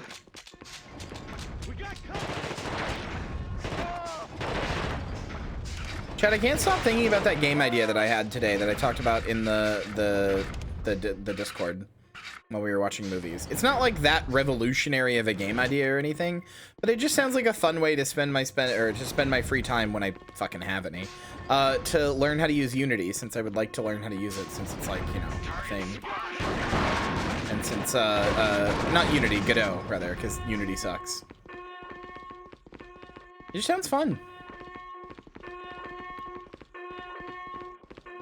I found like while I was thinking about it, I found like a cute little pixel art pack for free that I got, and like, this whole thing sounds kind of fun to do. Making games is good, and I want to learn how to use Godot, so.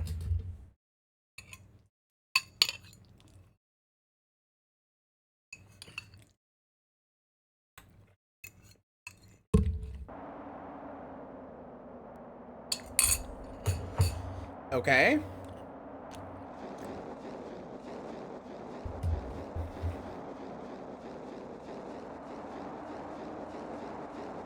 I also wanted to do it as a career for a very long time. Still kind of dream about it sometimes. I'm very happy doing this, but like, I always did want to be a game developer when I was growing up, so like.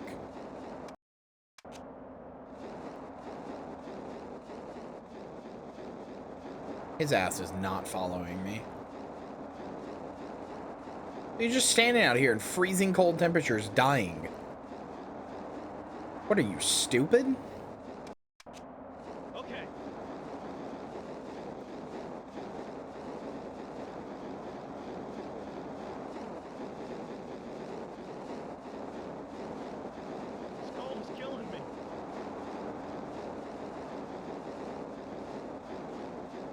Yeah, it's almost like you were standing in fucking deadly temperatures.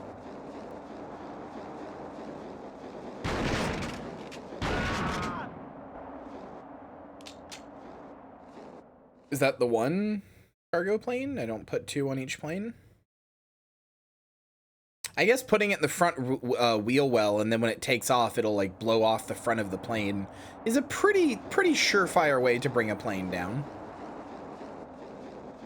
Sentences that now have me on a watch list.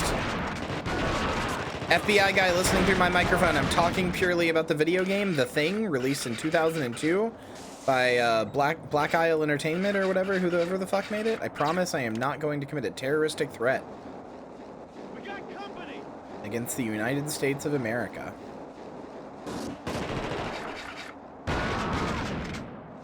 Black Isle? No, it's Black something. It's not Black Isle.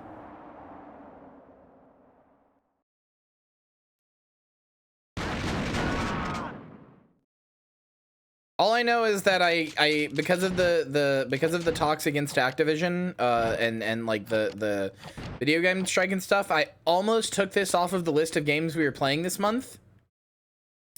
I almost took this off the list of games we were playing this month because you know, I already said before I didn't want people to get like angry about, you know, any games being on there that they're currently striking against, even though they haven't called for a boycott or anything as far as I know. Black Level, that's what it was. But I almost took it off of the games list for this because the Black Label was part of like Vivendi or something, and then Vivendi went on to be the founders of Activision Blizzard. So I was like, well, does that, like, even though this game was made before Blizzard was a thing, does that count? Does that count as a Blizzard game? Do I have to take this game off too? But I was like, it's literally made beforehand. It doesn't really count.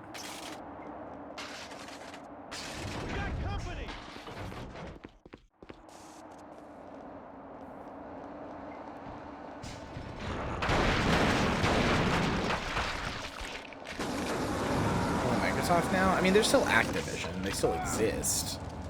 They just have a parent company now.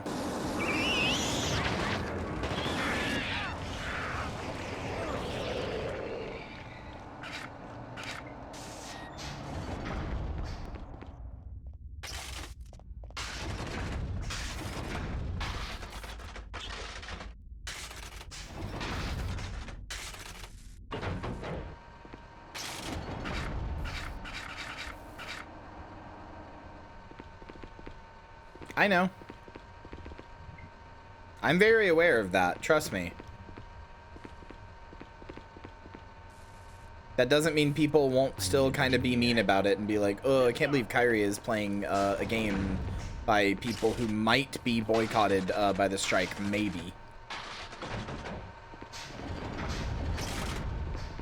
I was already seeing people do that to content creators, so, and content creators being like, oh, I categorically refuse to play any games by these people now, and it's like, okay, shouldn't do that though.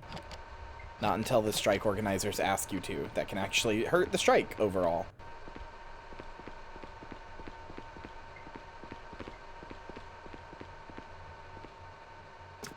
CWA? I don't know what that is. Anything recognizing unions, though, is good.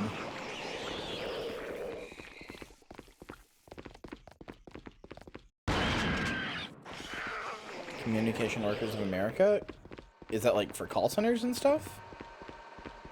Like a union for call centers?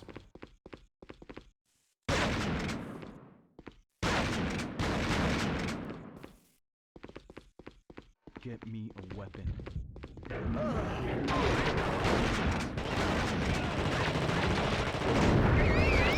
Okay, that works.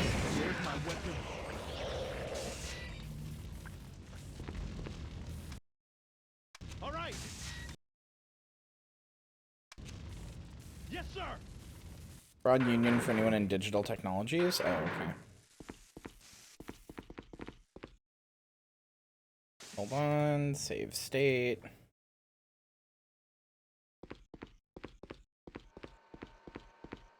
Uh-oh.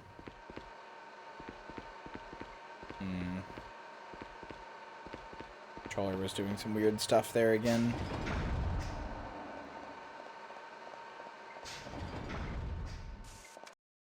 Where are my goddamn Blorbos?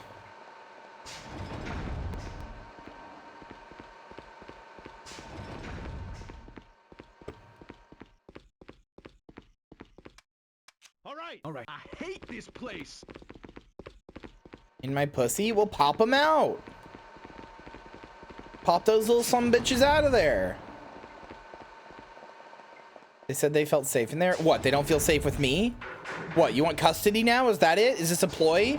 Is that one of your fucking ploys to get custody? Is that it? Always the same with you.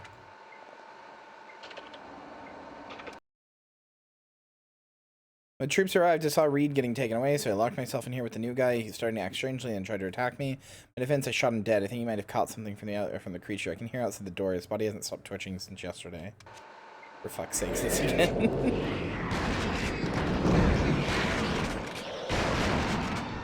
Oh my god!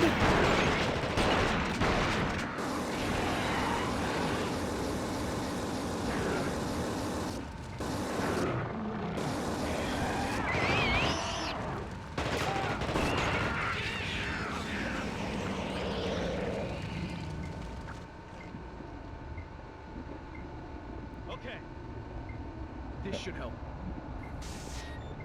Want to spend time with me? I'm their mother. Well, so am I, you bitch. You've poisoned them against me.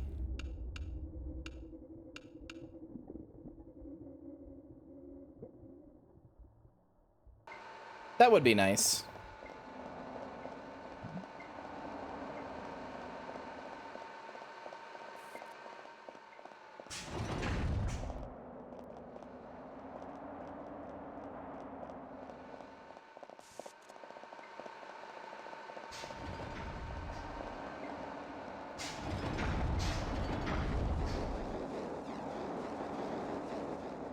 The mission is still to put the cargo.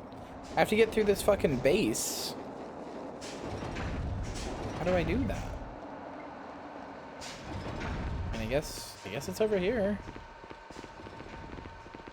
There was a door over here that I couldn't go through. Can I go through it now? No. What?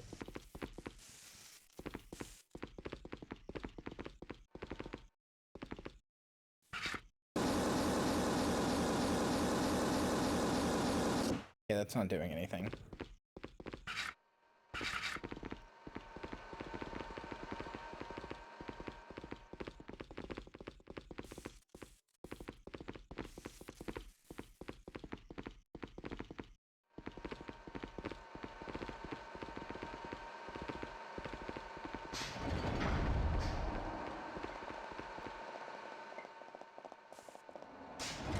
Oh.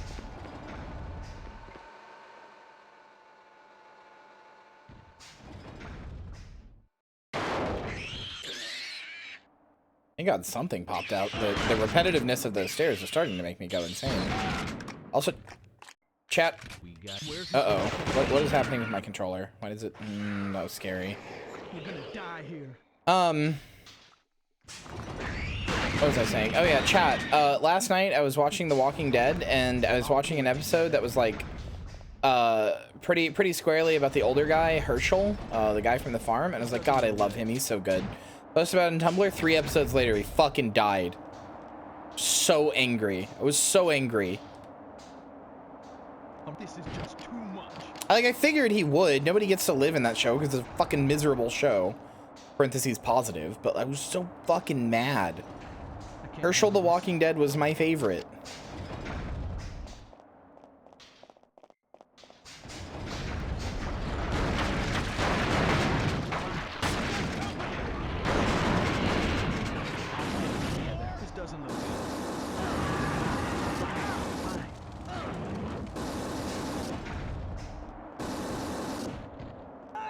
Mercy Overwatch voice. Blorbos never die.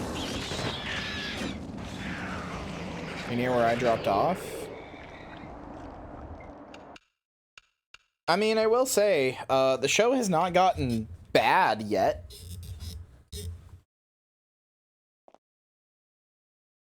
No, Perry, you fucked it up. The Walking Dead is all one word. Herschel the Walking Dead. All one word, all one last name.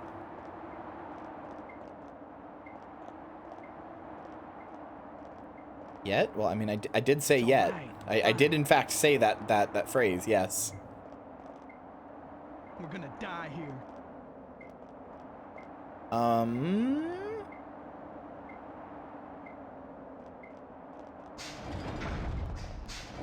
gonna die here. I'll pull it together. It's all right. I'm fine.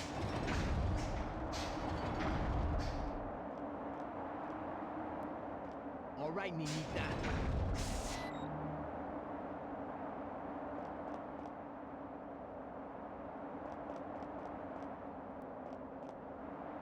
Who, Dale? Dale's also very good. I liked him a lot, and I was sad when he died. I just like kind old men who are like there to impart their knowledge and gently guide the protagonist forward. I don't know what I'm supposed to do up here. This doesn't look good. Herschel Death Ep as far as you've got? No, I'm a little bit further.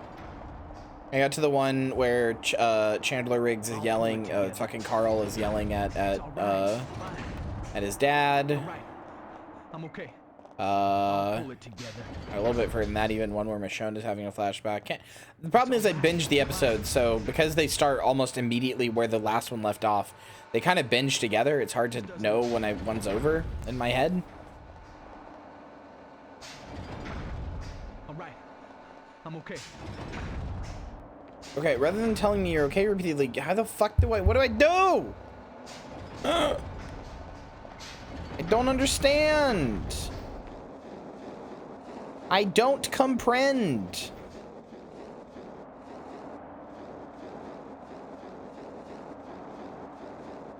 Oh my god, I'm actually gonna fucking murder. I didn't have to do any of that inside there. Well, maybe I did, but I'm fucking mad. I didn't have to do any of that. I could have just... Okay. What the fuck? Miss Renoko, Miss Renoko, thank you. Subs. You got Shalel, nice. Shalel's great. Will the Walking Dead Nebraska show ends up being the best Walking Dead you've watched? Wouldn't surprise me.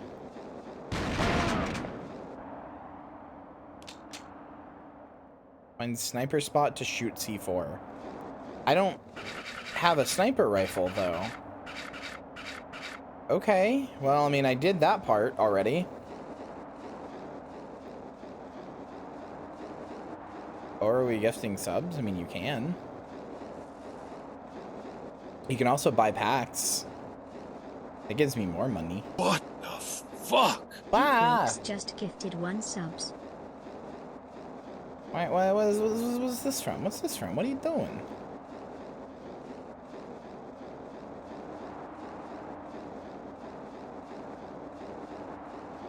Charlotte cannot buy packs? Oh yeah, you can't. I don't know why.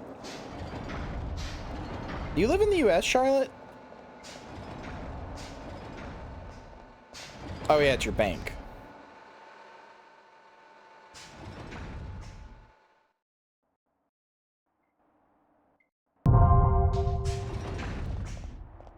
Taralith is giving away a pack too. Give this to Charlotte. Can do. Uh-oh.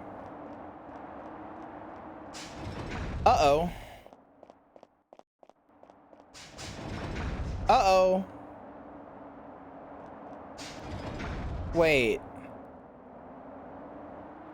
Wait, I'm soft locked.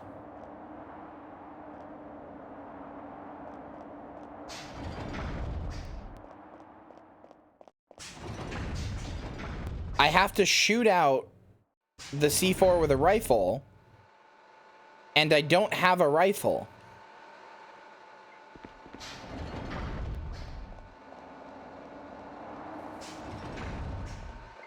And I haven't found one anywhere in here. I had one in the previous level, but I gave it to one of the guys that we left. So unless there's a rifle pickup somewhere on this map, I'm boned. And brother,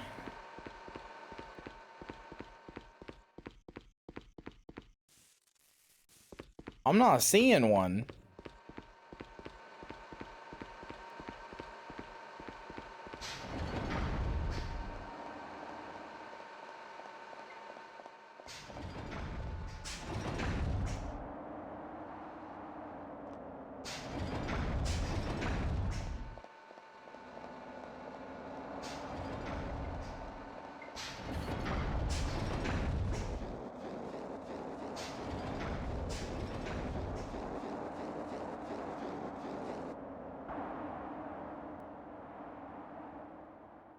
The best I can do is hope that one of these areas, like one of these plane areas, just randomly has one.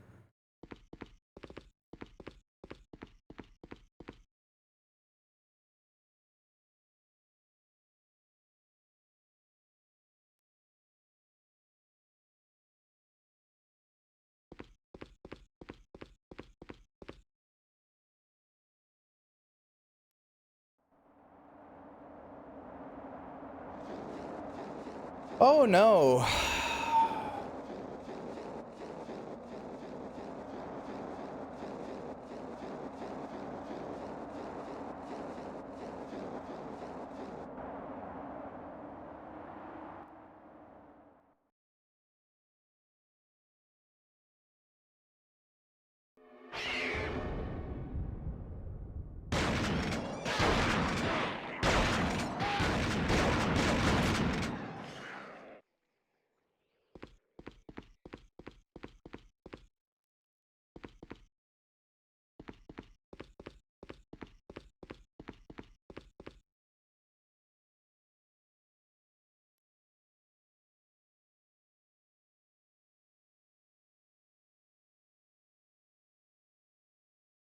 And now it's just completely quiet. I don't hear my own footsteps anymore. all of a sudden.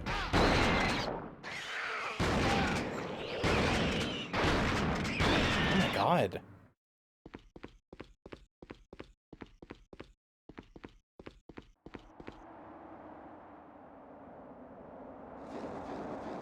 Oh.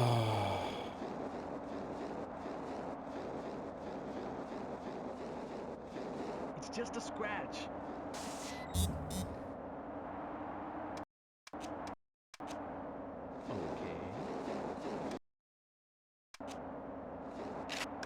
Powell, what do you have? You have a assault rifle. Okay. All right. There might be something right there. I don't know.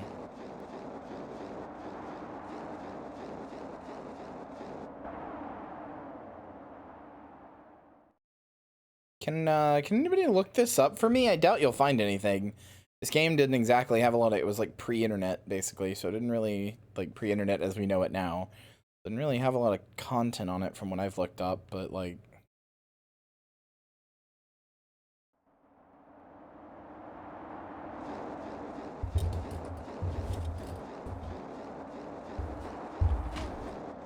Furnace level? That's, I can't go back. That was the last level.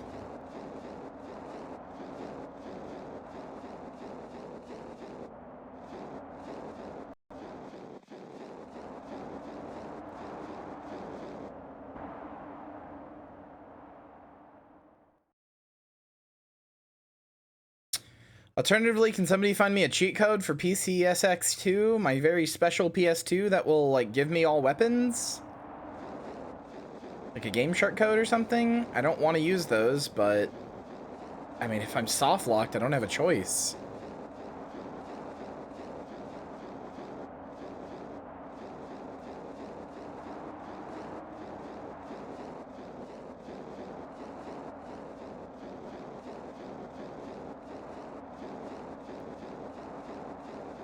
The back of one of the hangars. I don't know that that's true. I just went through all of them. Unless it means literally behind.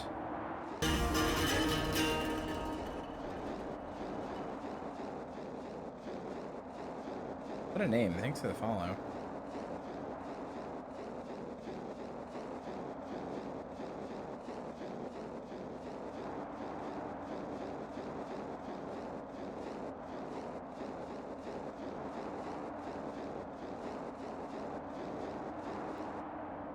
Oh, good.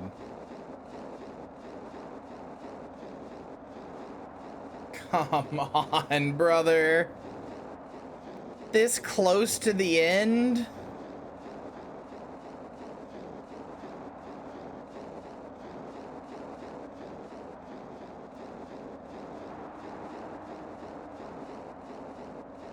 Yeah, I was a little afraid of that with the way weapons work.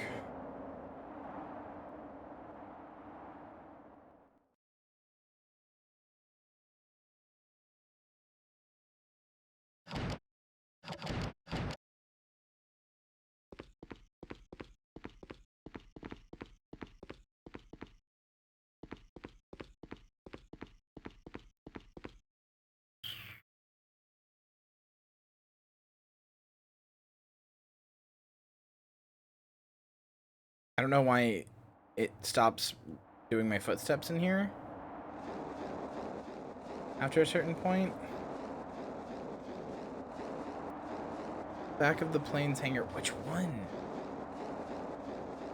Guess who gave Charlotte a pack? I believe so, yes. And I will get you that in just a minute.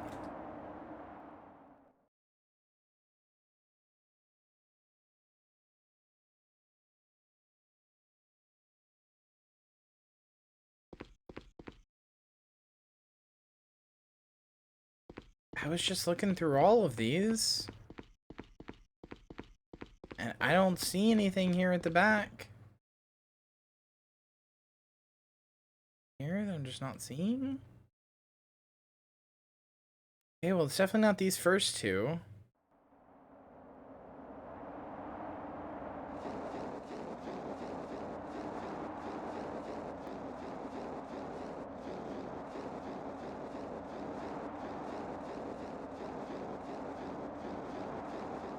Behind the tower?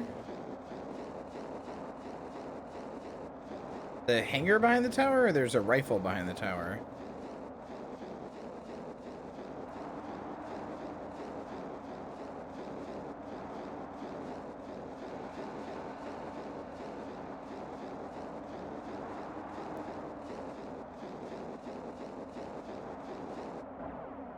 God, I hate when you get stuck in video games like this and then you've killed all the enemies and it's just fucking quiet. It's genuinely so unnerving. But it also just makes me feel fucking stupid. The game has punished me for my stupidity by putting nothing here. No sound. No enemies. That's right, idiot. You're just running around in nothing land.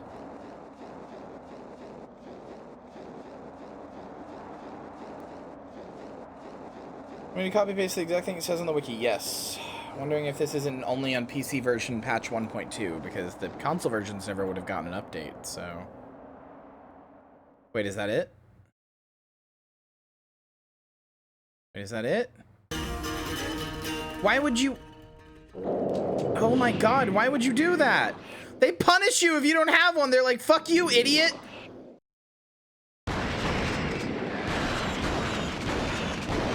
Princess Moon Reality UT, thank you for the follow. If you don't have one, they're like, fuck you, idiot.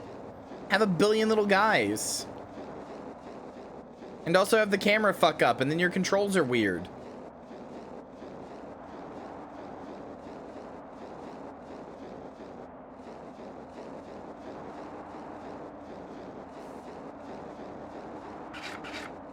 Whatever, man. A bunch of little bitches, whore. Exactly. That's the energy I'm trying to bring, not the energy they're allowed to bring. This is my meal. Don't you guys hate game devs? Have a nice day. Hey. Oh, I could have said have a nice play. Oh, that would have been so much funnier. Chat is always little bitches, but parentheses affectionate.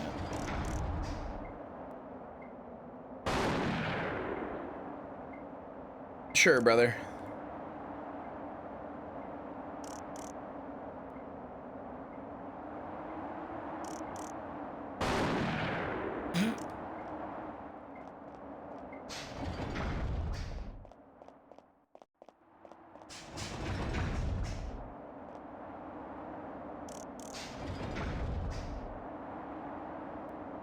Why am I getting pushed back? Oh, the door is closing. Oh, fuck. Oh, fuck. Wait, no! No, no. Are you kidding me?